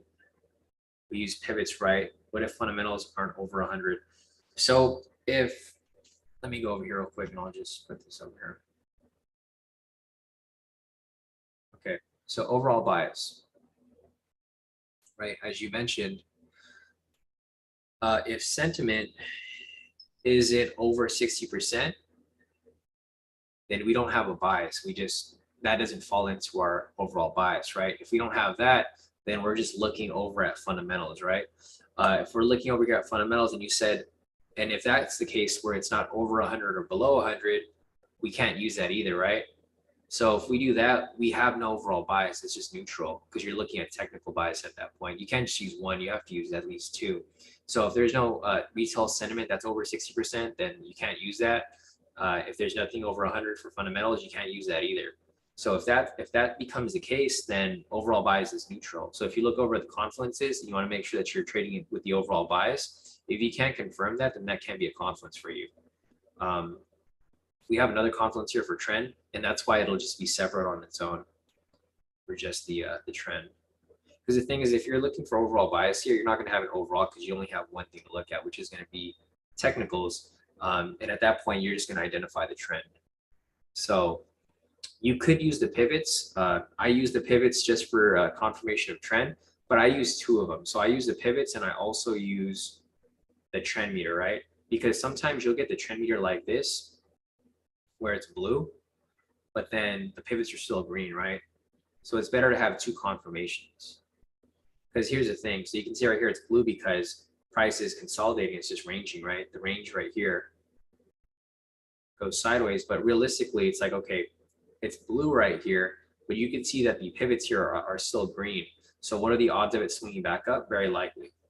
And that's basically what happens. And it turns green here, and then you have better confirmation. So I use the pivots and the trend meter to confirm the trend. But that's all I really use it for the most part. So, all right, guys, I think that's it with the questions. If you guys have any other questions, feel free to email me or message me on Telegram. I've been on this mentoring session for over 3 hours now, so I think it's time for me to take a break. I didn't realize we were on this session for so long, but once we figure some stuff out, like with these strategies, with the daily, I think this is probably the biggest breakthrough for everyone here is going to be the Confluence checklist, because now that we have this, we can technically take trades in the other way. I mean, I was doing this already before, but it was kind of hard for me to explain to you guys because I didn't really have something to pinpoint. Now that I have a list here that I can show you guys, this will help with understanding, whether you should take a trade. And then instead of taking the, instead of skipping a trade, we could just do the opposite. So we make money either way, right? And I think that's the whole point of this so far, because whenever you have a catalyst, like you have some sort of strategy, it's either going to hit your TP or stop loss. You might as well make money both ways if you can. And I think that's going to be beneficial. So tomorrow we'll try this out during the live. We'll try the breakout. I'm pretty excited to try that out.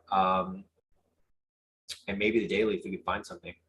But yeah, if you guys want to back test, feel free. If you guys want to ask questions, feel free to email me. Otherwise, I'll be back here tomorrow morning for the next live session as we enter the middle of the trading week. So other than that, guys, have a great rest of your night. And if you guys have questions, feel free to reach out.